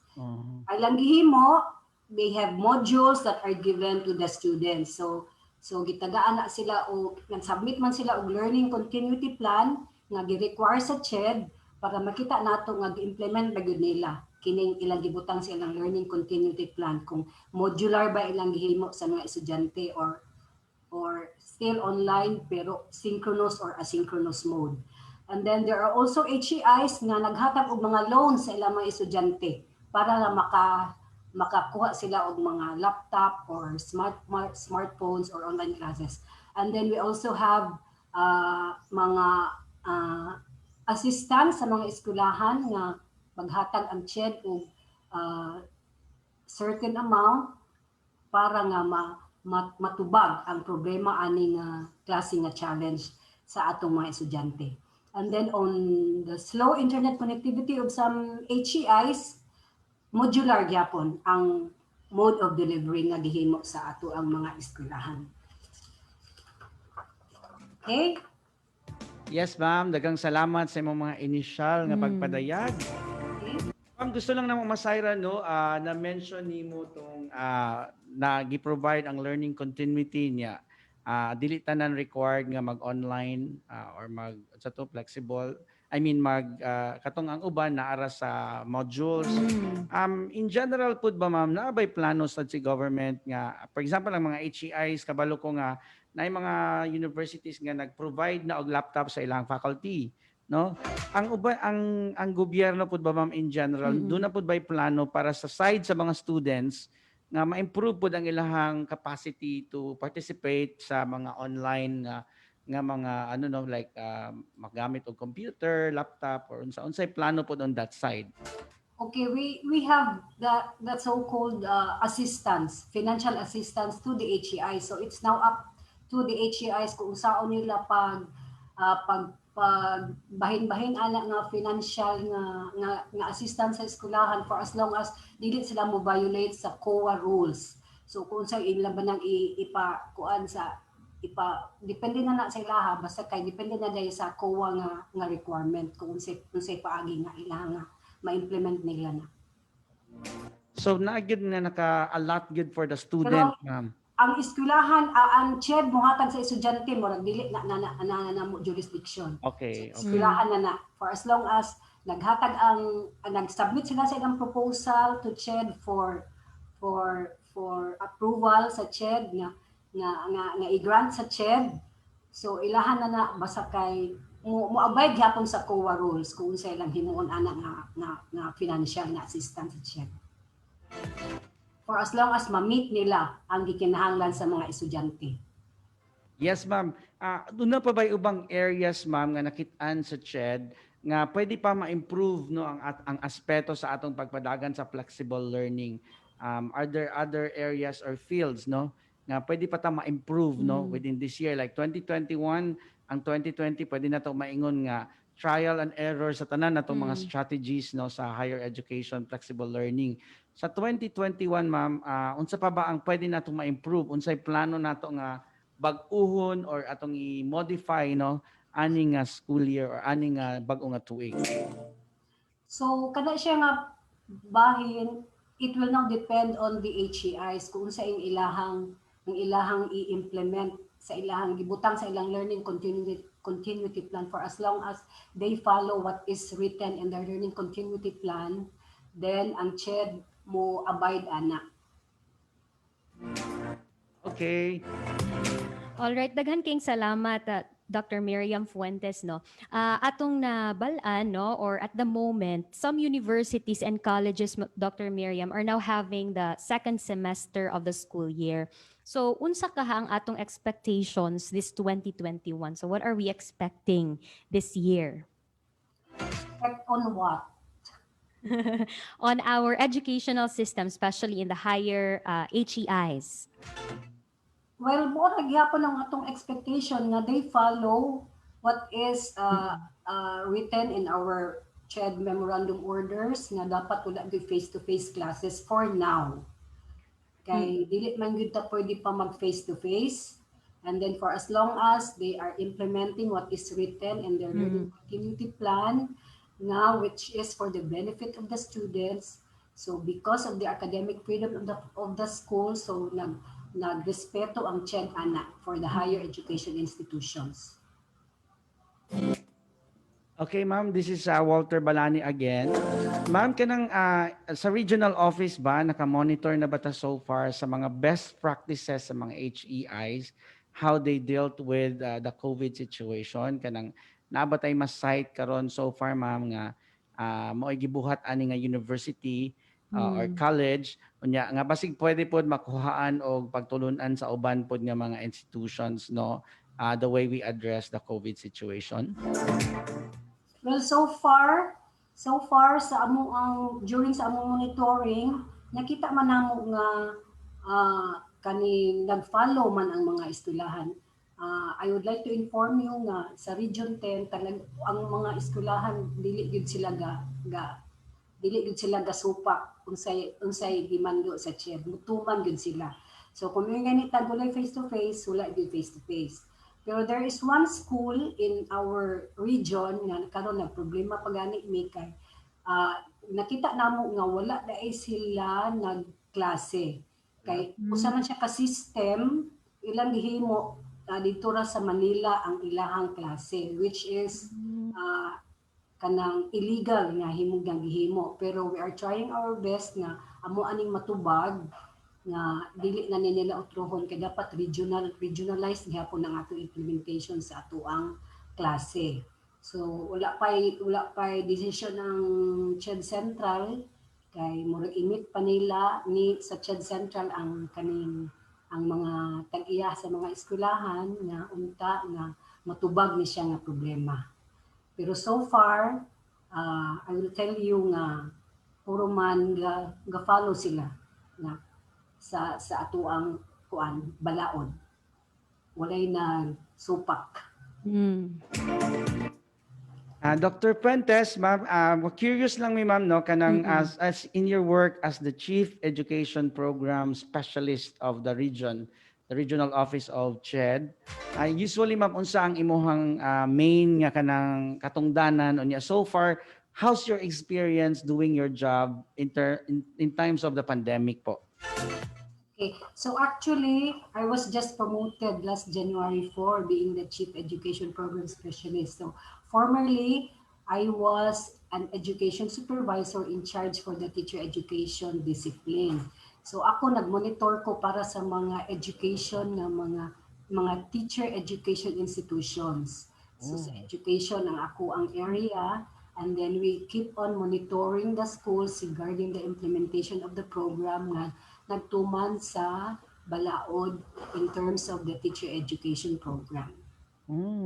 So ma'am mao di ay nga kabaw kay kaatong pagsulod gyud lugar sa atong mga pre-service teachers no katong imong na-mention kaganiha ma'am. So unsa probably ang itsura ana ma'am sa atong gitawag nato nga unsa to ma'am online or distant learning nimo nga nato nga modality no sa pag-practice nila sa pre-service or sa ilang practicum. Unsa ka ma'am most probably ang mahimong itsura ana kay ang traditional nato nga ma-imagine no kay katong nagmadto gyud sila sa school nya dito nag-observe sila na sila supervising instructor etc. nga mag-monitor sa ilaha mag-check sa lesson planning etc. Karon ma'am nga gi-envision nato unsa kay naong ani ma'am? So karon in the new normal ang delivery nato sa ato ang experiential learning courses distance learning ra gihapon. They still observe the teacher learning process in flexible learning and in different distance learning delivery modes. So mag-attend gihapon sila, the same ra gihapon pero ang diferensya lang kay through online. Pwede sila mag-observe, pre-observe, post-observe sa mga conferences with cooperating teacher, meaning ang DepEd nga mga teachers nga mag-online gihapon ang ilang sistema sa ilahang sa ilang practice teaching. And then i-orient gyapon sila on protocols sa mga DepEd teachers for classes and the learning modality employed by the DepEd schools. Mag-assist gyapon sila sa atong mga cooperating teacher in the preparation and implementation of class guidelines for holding classes through distance learning modalities. And then in the preparation of instructional materials, kaya di ba, estudyante ba sila nga maestra, no? Yes. So they still prepare for the instructional materials, like mag-assist gyapon sila sa atong mga cooperating teachers in the preparation of the presentations and learning materials, mag-develop gyapon sila o contextualized instructional materials, pero lang the practice teacher will not reproduce or print DepEd self-learning modules for the students who will be assigned to him or to her. All modules will be provided by the cooperating school. So meaning ang DepEd ang in charge anak pag-reproduce sa mga modules para sa ilang mga estudyante. So mura gyapon siya og practice teaching in person pero ang diferensya lang kay online lang gyapon. Nya dito ra ta makapadala ma'am og mga practice teachers dito sa mga schools nga nagamit og online.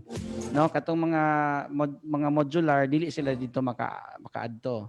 Pwede gyapon. Pwede. Kung July informal gyapon magtabang gyapon sila sa mag-assist gyapon sila sa cooperating teacher sa mga class activities. Final question on my side. Yes, final question on my side, ma'am. In general, ma'am, unsa ang policy gani sa DepEd as a CHED rather in terms of practicum or kaning OJT so far karon nga year? Kay kaning atong na mention is ang OJT lang sa sa mga teacher education. Pero in general, ma'am, sa CHED, unsa gani ang atong policy for OJT so far? Unfortunately, for the other programs, wala pa ni gawas ang ilahang mga ang policy on the new guidelines para sa pag-OJT. Pero in general, mura gihapon magmao gihapon sa teacher education gihapon nga wala gyud gihapon face to face, online gyud gihapon tanan. Yes. Ma'am Dr. Fuentes, naamo ko yung mga estudyante nato nga kakabalaka ba kay they're due to graduate this sem. Nya ang uban sa ilaha kasagara man siguro ang kulang na lang isang practicum. So doon na ba'y puruhan nga within this semester mogawas na siya nga guidelines, ma'am, unsay probability ni ana, ma'am? Unsa to? I'm sorry. Dunay mga estudyante nato, ma'am, nga gahulat na lang sila og OJT, no? So karon nga sem ang uban sila mo graduate na unta. So sa wala pa nagpagawas ta og guidelines sa OJT, unsa bay puruhan ani ma'am? Nabagyoy OJT nila karon nga sem or naagyod? Oo, naagyod sila yung OJT mo to ang atong basis katuloging joint CHED DepEd guidelines. Malang to ilang basihan. Sa pre-service teacher education na, ma'am. Sa teacher education. Oo, but pero in the other areas katong uban nga mga programs, oo, mao ra gihapon. Pwede gihapon sila for as long as nag-coordinate sila dito sa hospital, kung sa ilang balaod sa hospital, the same ra gihapon ang sundon sa mga estudyante o sa mga eskwelahan kung sa balaod nila. Sige. Ato lang i-clarify nga ang guidelines lang ang wala pa ni gawas, ma'am. Oo, sa uban nga programs. Sa uban na programs. Pero ang sa health po gawasay na. Pirmahan na lang ni Chairman Popoy de Vera. Okay, so nadunggan to ninyo mga estudyante nga sigig pangutana diha. No, nga on the way na ang mga guidelines, no, ay mong kabalaka. Ma'am, kauban na sab nato karon sa studio ang ato ang membro sa social media research team, ang atong kauban sa philosophy faculty si Ma'am Glio Joy Layos. Hello, Ma'am Layos. Hello, ma'am. Good morning. Happy New Year and congratulations on your promotion. Thank you. Ma'am, no, base sa imuhang mga gibang mention, kita tanan naka-appreciate gyud sa atong affirmative actions that every institution extends for this crisis that we are all vulnerable.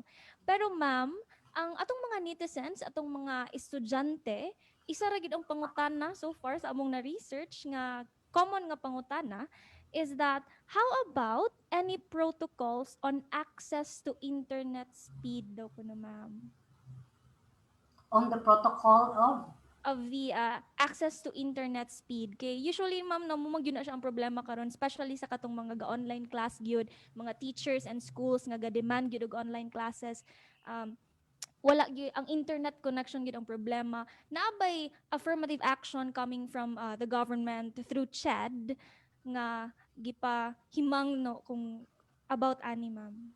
Okay.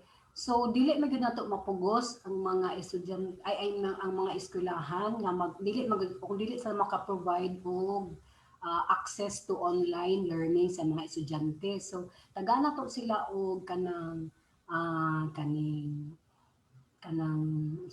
other means, like for example, pwede sila mag-offer og modular. Kung dili gud makaya ang online, kadili man makaya kay wala man lagi ikapalit lagi sa laptop or smartphone. So pwede sila mag-modular. Basta for as long as wala gyud face to face. Mao ra na siya. Kung dili gud makaya, di man gyud nato mabasol ang mga eskwelahan kung dili gud kaya sa mga estudyante to buy for smartphones and laptop. So gitugutan namo ang mga schools nga mag-offer og modular form of learning para sa mga estudyante. Okay. Ma'am, under RA 10929, no, this is the Free Internet Access in Public Places Act. So I think this is a work in progress under the ICT. So ma'am, nakipag-connect ba ang atong CHED sa DICT for this progress to provide this internet access para na lang po sa both teachers and students po for internet access sa speed of internet? Oh, actually, ang DICT, actually, mo diretso na gani din sila sa mga schools, if ever. Although, niagi na sa amo, pero gitagaan na mo og gi-allow na mo nga ang DICT na ang mo kuan, ang mo approach direkta sa eskwelahan. Actually, daghan na mga state universities and colleges nga naka-connect na with the ICT para sa ilahang learning management system. Daghan na mga eskwelahan na to. So far, ma'am, wala pa tayo protocol sa pagpa-speed sa atong internet connection. Kay so far, no, dili naman kay tabiya sa teknolohiya. Makapalit naman ta karon og load, makapalit naman tag data, natay wifi halos tanan. Pero hinay manggod daw. So wala pa tayong mga guidelines or protocols ani ma'am gikan sa government through CHED so far, ma'am. Wala tay guidelines, I mean ana kay tagaan mo na to og kaning unsa ni tagaan nato sila ang mga eskwelahan og ilahang unsa ilang mahimo. Actually ang CHED naghatag og mga assistance, financial assistance, like for example to combat the COVID-19 na atay CHED Memorandum Order Number 1 Series of 2020, the guidelines for the grant of assistance to our state colleges and universities to combat the COVID-19. For as long as magsubmit lang sila og mga proposals aron nga makapalit sila og mga ICT infrastructure to fully implement the flexible learning system sa ato ang mga eskwelahan. So pero pinaagi ana pwede na nato matubag ka na imong gipangutana. Matubag na sa eskwelahan para for the benefit of the students. Naasad tay CHED Memorandum Order Number 9 Series of 2020, which is the guidelines on the allocation of financial assistance for also the state universities and colleges for the development of smart campuses. So kini siya investment ni para sa ato ang mga ICT infrastructure para nga fully implement ang ato ang ICT capabilities sa atong mga eskwelahan. Actually naatay maximum budget per state college og 25 million. Per SUC na 25 million para lang nga matubag ang problema in response to the pandemic nga matubag ang problema ani about the connectivity of the students. Okay, salamat kayo ma'am no. So sa mga naminaw nato nga mga estudyante, unta natubag ang inyong mga pangutana on internet speed access. So ma'am, last question no coming from the social media research team. Dr. Miriam, study shows that college enrollment may plunge up to 70%. So now we have estimated 960,000 from 3 million. So this is according to the report given to Senator Pia Cayetano. So ma'am, is this trend true to the region and what are the implications of this decline? Nagbaba ba atong enrollment rate karon diri sa region, ma'am? Actually, that is not true as far as Region 10 is concerned. Actually, from school year 2018-2019, ang atong enrollment population sa Region 10 niabot og 143,203. Pag-abot sa school year 2019-2020, ni-increase to 161,940. Sa karon sa school year 2020-21, ang atong total enrollment population sa Region 10 niabot og 176,395. So nag-increase gihapon. So in spite of the pandemic, so dili financial ang problema kay makaeskwela man ang mga bata. And one thing for sure, ngano nga nag-increase ang atong population is because of the scholarships and financial assistance nga gihatag sa atong mga eskwelahan. Nabi tay free higher education para sa mga state universities and colleges. So meaning wala gyud gasto ang atong mga estudyante kung mo-enroll sila sa state colleges and universities ug atong mga CHED recognized local colleges. Mo na nga taas gyapon ang atong enrollment in spite of the pandemic. Hibal-an nato nga for so long a time ang Cagayan de Oro na top-notch permi sa enrollment. Pero this time, for school year 2020-2021, ang Bukidnon, hapit na maapsan ang Cagayan de Oro. There is only a difference of 117 students nga mutap na dahil ang Bukidnon. This is because there are more SUCs and local colleges in Bukidnon. Busa, libre tanan ang estudyante nga may enroll din ha munang base next year malampasan na ang Cagayan de Oro sa Bukidnon in terms of enrollment sa estudyante. Okay, thank you so much, Dr. Miriam. No, so despite the pandemic and this crisis, padayon lang gihapon sa pag-eskwela. So that is all for the social media research team, ma'am. Thank you. Okay, daghang salamat, Ma'am Glio Joy Layos, for those questions. Ma'am, I think this will be my last question, no, from my end lang. Ma'am, as the Chief Education Program Specialist of CHED Region 10, we understand nga bago pa kaani nga position. What are your plans for 2021? As chief. Yes, ma'am. As chief, ang akong trabaho is to oversee the implementation of higher education programs na gi-implement nato in the region.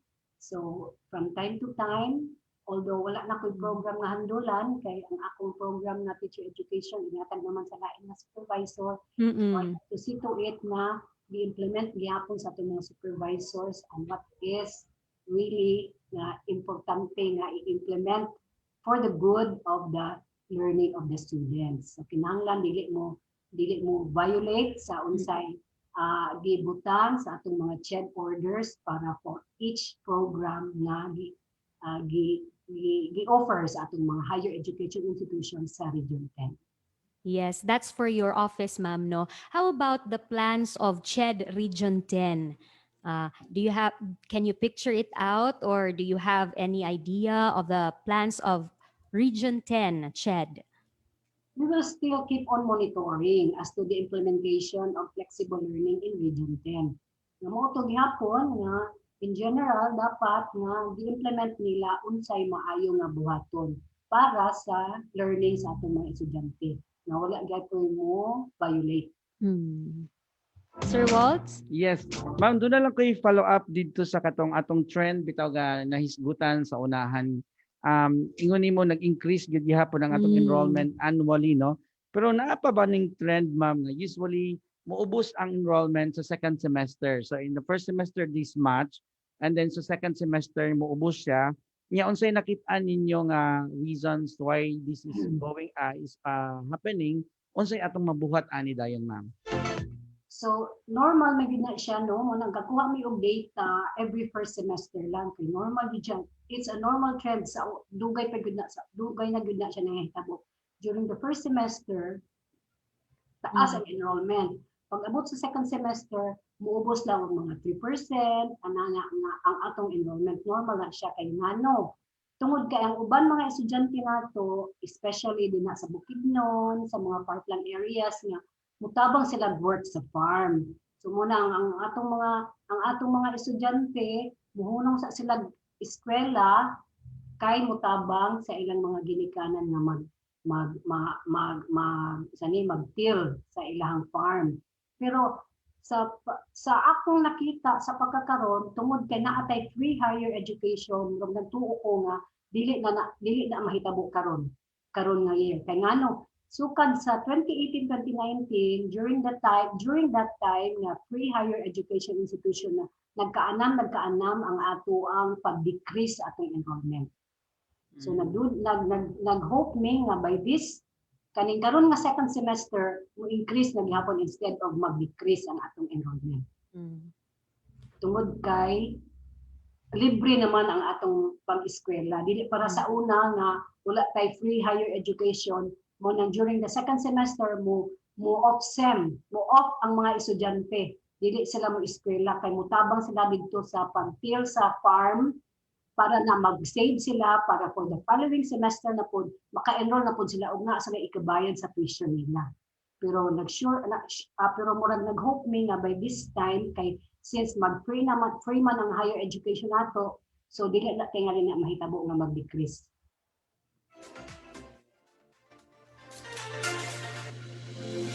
Yes, daghan kayong salamat karong adlaw sa imong pag-ambit kanamo Dr. Miriam Fuentes no on discussing our topic on Yes Sir Waltz. Yes, ma'am. Naalam ko yung nadumduman kay nagyoy nag-text sa ako ang mga estudyante mahitungod sa kaning atong scholarship, mga financial assistance. Yan na-mention nimo kaganina nga free education. Ang uban siguro ma'am kay basig sa kahulat-hulat nila or basin siguro sa ilang sitwasyon, naa sila kahadlok ba nga basig dili na mag-free or di na moabot ang ilahang mga financial assistance, etc. Unsay atong mensahe ani sa atong mga estudyante, ma'am? Okay, so as of this time, naman dito ay free higher education institutions, no? Free higher education sa atong mga institutions, no? Sa mga estudyante, no? So, dili lang tingali mahadlok ang mga estudyante kay na aside from the free higher education, naaman gyapon kay scholarship. Samtod karon na pa man gyapon gi-offer ang CHED nga scholarship aside from the free higher education. Pero ang katong nag-eskwela na sa state colleges o sa local college, kay kung free na ang ilang tuition, dili na din na sila pwede nga mo-avail pa og another scholarship. Kay free naman. Wala siya nga gituyo na sa gobyerno kay para wala na hunahon ang atong mga estudyante. Pero wala ka na sayod kay kung pananggitan mag-change ang administration, di ka kahibalo kung free pa ba gihapon. So tingali ayhan na dandayon na nato ikuan, ayhan na nato na tubagon ang pangutan na when we will cross the bridge kung maabot na ta dinha kay sa basta sa pagkakaroon kay libre pa magyapon ang atong tuition sa mga estudyante. So hopefully nga kung mag-change ang administration, padayon lang gihapon ni siya nga programa ang free higher education para sa atong mga college students. All right, Dr. Fuentes. So you have also mentioned some things on virtual internship. So aduna kitay question diri nga gipost sa ato ang Facebook. I hope nga pwede ni nato siya mag-question, Sir Waltz, no? You mentioned about virtual internship, no, Dr. Fuentes. So if we have students who will be having their internship, how will they be able to comply with the OJT requirements if face-to-face instruction is not yet allowed? So aduna ba kitay mga strategies so the students can be assisted in complying with the internship requirement? Yes, ma'am. Okay, mention naman ako kaganiha, just the same, mura gihapon, kung pila to ka hours ang require sa ilaha previously, mura gihapon karon. So, ang diferensya lang mong kay online, ma-comply gihapon na nila. Okay. Ma-comply gyapon na nila basta kay mutuman lang sila kung unsay gisulti sa ilaha sa ilang din, and then mag-collaborate with DepEd officials kung unsay ilang balaod, then wala problema. Mag-comply ra na nila ang ilahang practice teaching or OJT. Okay. Okay, para sa imuhang final message, Dr. Miriam, para sa atong mga suking tigpaminaw dinhi sa pag-ambitay daw ag kaulian. Okay, so on behalf of our Regional Director, Dr. Raul Alvarez Jr., I would like to thank Bukidnon State University in partnership with the City Government of Malaybalay and the 2nd Congressional District of Bukidnon for inviting CHED to your digital radio extension program entitled Pag-ambitay daw ag kaulian or Share to Heal, a social innovation contra COVID-19. Yes, of course, this medium is very informative because our stakeholders, especially the students and their parents, have the right to be well informed about the programs of our government, especially during this pandemic. and CHED is doing its best for the welfare of the HEIs and the students. I would like to inform the public that starting academic year, dimension ko na ni kaniha, academic year 2018-2019, all Filipino undergraduate students who are enrolled in our state universities and colleges and CHED recognized local colleges enjoy free tuition, miscellaneous, and other school fees. Maunang kung financial ang istoryahon, there is no reason nga mugamay ang enrollment sa atong mga higher education institutions. Kay libre naman ang atong mga estudyante. So ang sa mga ginikanan, ipa-eskwela jud ang atong mga anak while the government can still afford to give free higher education. Kalagsaong rani nga oportunidad. Dili ka kahibalo basin sa sunod nga administrasyon sa atong panggobyerno dili na ni mahitabo. And in our situation nowadays because of pandemic, please be extra careful sa atong health. We should always listen to the radio or TV for advisories. And as much as possible, let us avoid from going to populated places and always do the basic requirements like washing of hands frequently, wearing of mask, wearing of shield, and then maintain social distancing. Dili lang sa tamagtapok-tapok. Let's just hope that we will have the vaccine soon para dili na dayon tamatakyan sa COVID na virus. So thank you very much for listening and good morning. Thank you very much, Dr. Miriam Fuentes, the Chief Education Program Specialist of CHED Region 10. Salamat kayo sa imong panahon nga gigahin ka namo karon, Dr. Fuentes. Ma'am, regards sa tanom sa likod. Okay. Tuan tita. Dagang salamat, Ma'am Dr. Miriam, o regards mi kang Director kang RD. Oo. Nandiya sa CHEDRO 10. Bye-bye. Bye-bye. Bye, ma'am. All right. Just a short recap or summary, partner Waltz, no? Daghan ba gihapon kaayo tag discuss? Ma'am Miriam Fuentes. All right. Ihang na-mention ka ganina, partner Waltz, ang mga strength, no? Strength sa Philippine higher education system that were manifested during the pandemic. So iyang gi-mention dito nga padayon paghihapon gi-issue ang atong CHED sa mga memorandums on guidelines of flexible learning. So not solely focused on virtual platforms but appeal na pod ang modular na learning. So iya gihapon gi-emphasize ka ganina nga wala pagid gihapon kitay face-to-face nga mga klase. Iyang na-mention usab ang mga challenges nga na-encounter nato karon no o kaniadto nga year, unachieved learning outcomes on need-based or hands-on learning kay dili man kita maka face-to-face pa. So na-increase pod ang workload sa mga faculty, students who can't afford laptop ug aduna gihapon kitay Wi-Fi problems even until now. So how were these addressed? Ihang gi-mention ka ganina nga ang CHED nag-issue sa guidelines to address challenges. For example, sa teacher education program, adunay new normal policies on practice. So, on practicum or field teaching for 2020-2021. So, ang delivery mode niini sa mga ga-practicum or ga-field teach is still distance learning, provided nga mag-work hand-in-hand gihapon sila sa ilang cooperator or cooperating teacher, HEIs increased class size or conducted monitorings per HEI, pero gihapon nag-stick pa sa mga guidelines sa CHED.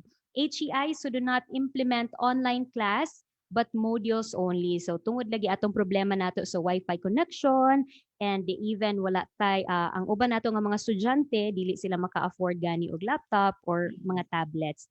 So HEIs who offered loans gihapon isa kini siya sa mga nakita nga mga ways kung giunsa nilag address tong mga challenges nga na-mention ka ganina. Nag-offer og mga loans to push through with online learning.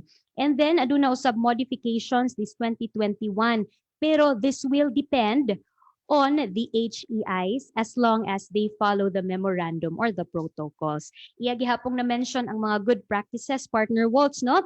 Ang universities padayon gihapon ga-follow sa protocols from CHED and the IATF. And ang pinaka-big siguro nga news nga iyang gisulti kaganina and clarification also is that atong enrollment here in Region 10 is nag-increase. So wala siya nag-drop nag-increase siya in spite the pandemic. And this is due to scholarships and financial assistance. And lastly, Bukidnon is second to the highest enrollment this year. No? Yeah. Oo. First, gihapon ang CDO, of course. Pero ang uban ni anak Ma'am Jo taga CDO dahang kay kog kailangan diri nag-enroll. No, so mga taga Cagayan de Oro gyud na diri sa ato sa university nag-enroll. That's good news, partner Waltz ba? Good news ka ha. Mas puruhan mas daghan gyud ang Bukidnon kaysa Cagayan. Grabe na barag contest gyud ba? Contest gid siya. Dili sir oy. Okay, our time, it's 10:54 in the morning. Ug kamo pagihapon na minaw sa pag-ambitay daw agka uli ang Share to Heal extension program. So partner Waltz, salamat di ay sa inyong pag-click sa atong share or pag-click and share sa atong episode this morning. So ayaw ka kalimot sa pag-click sa link alang sa evaluation ni ini nga programa ana makita sa live stream para karon nga episode. So unsa naman ni partner Waltz? Para lang sa kasayuran sa atong mga suking tigpaminaw beyond BukSU, no? Kagahapon sad naghisgot pud ta og pag-move on sa 2021 sa atong learning continuity, Ma'am Jo. In fact, nagcascading diri sa university sa modified policies, processes and procedures sa academic community. So big time discussions no dahil kayo mga actually nothing new kay ang uban sa atong mga modified policies daan na nga naa didto gipang nalay mga may slight modifications pero para lang pud to nga masabtan sa katibuk-an no sa mga faculty sa mga tanan nga members sa atong academic community.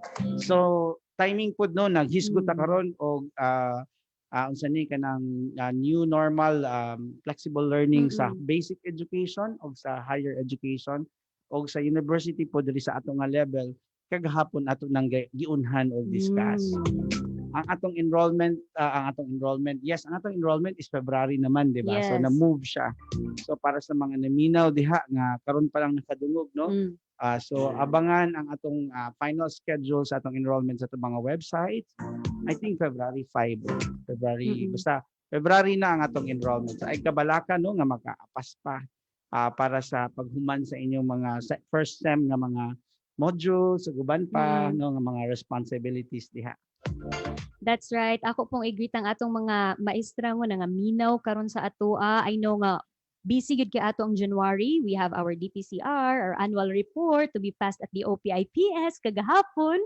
Pero kumbati lang gihapon ta partner Waltz, no? So sa among program leader, no less than our university president, Dr. Oscar B. Cabanieles, our project leader, VPRA dinhi sa BukSU, Dr. Joy Molina Mirasol, kauban silang Dr. Jamalyn Paulican, our extension director, Ma'am Joanne Vivian Belderol, atong social media research team, Ma'am Glio Joy Layos, and in charge of our documentation, Sir Mark Mucara, and to our staff sa OVPRA, ako si Joanna Ruth Asario Paloma, and of course, our technical staff, Sir Gab and Sir Jeans.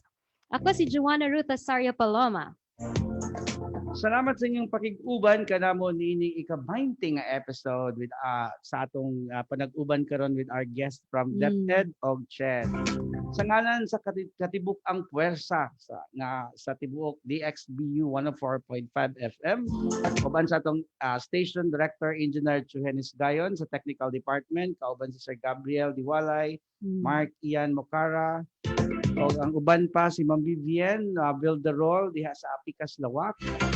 Sa babay na diha si Ma'am Glio Joy Layon, si Sir Ayan Mucara og si Sir Lloyd diha pa sa Apikas Lawak. Kauban si Joanna Ruth Sario Paloma, ako si Walter Balane. Salamat sa inyong pagpaminaw hangtod sa sunod Miyerkules alas 9 ang takna sa buntag diri lamang sa programang Pag-ambitay daw ag kaulihan Share to Heal, a radio-based social innovation project of Bukidnon State University. Happy New Year! Keep safe everyone. Og maayong buntag. Bye-bye! Happy New Year!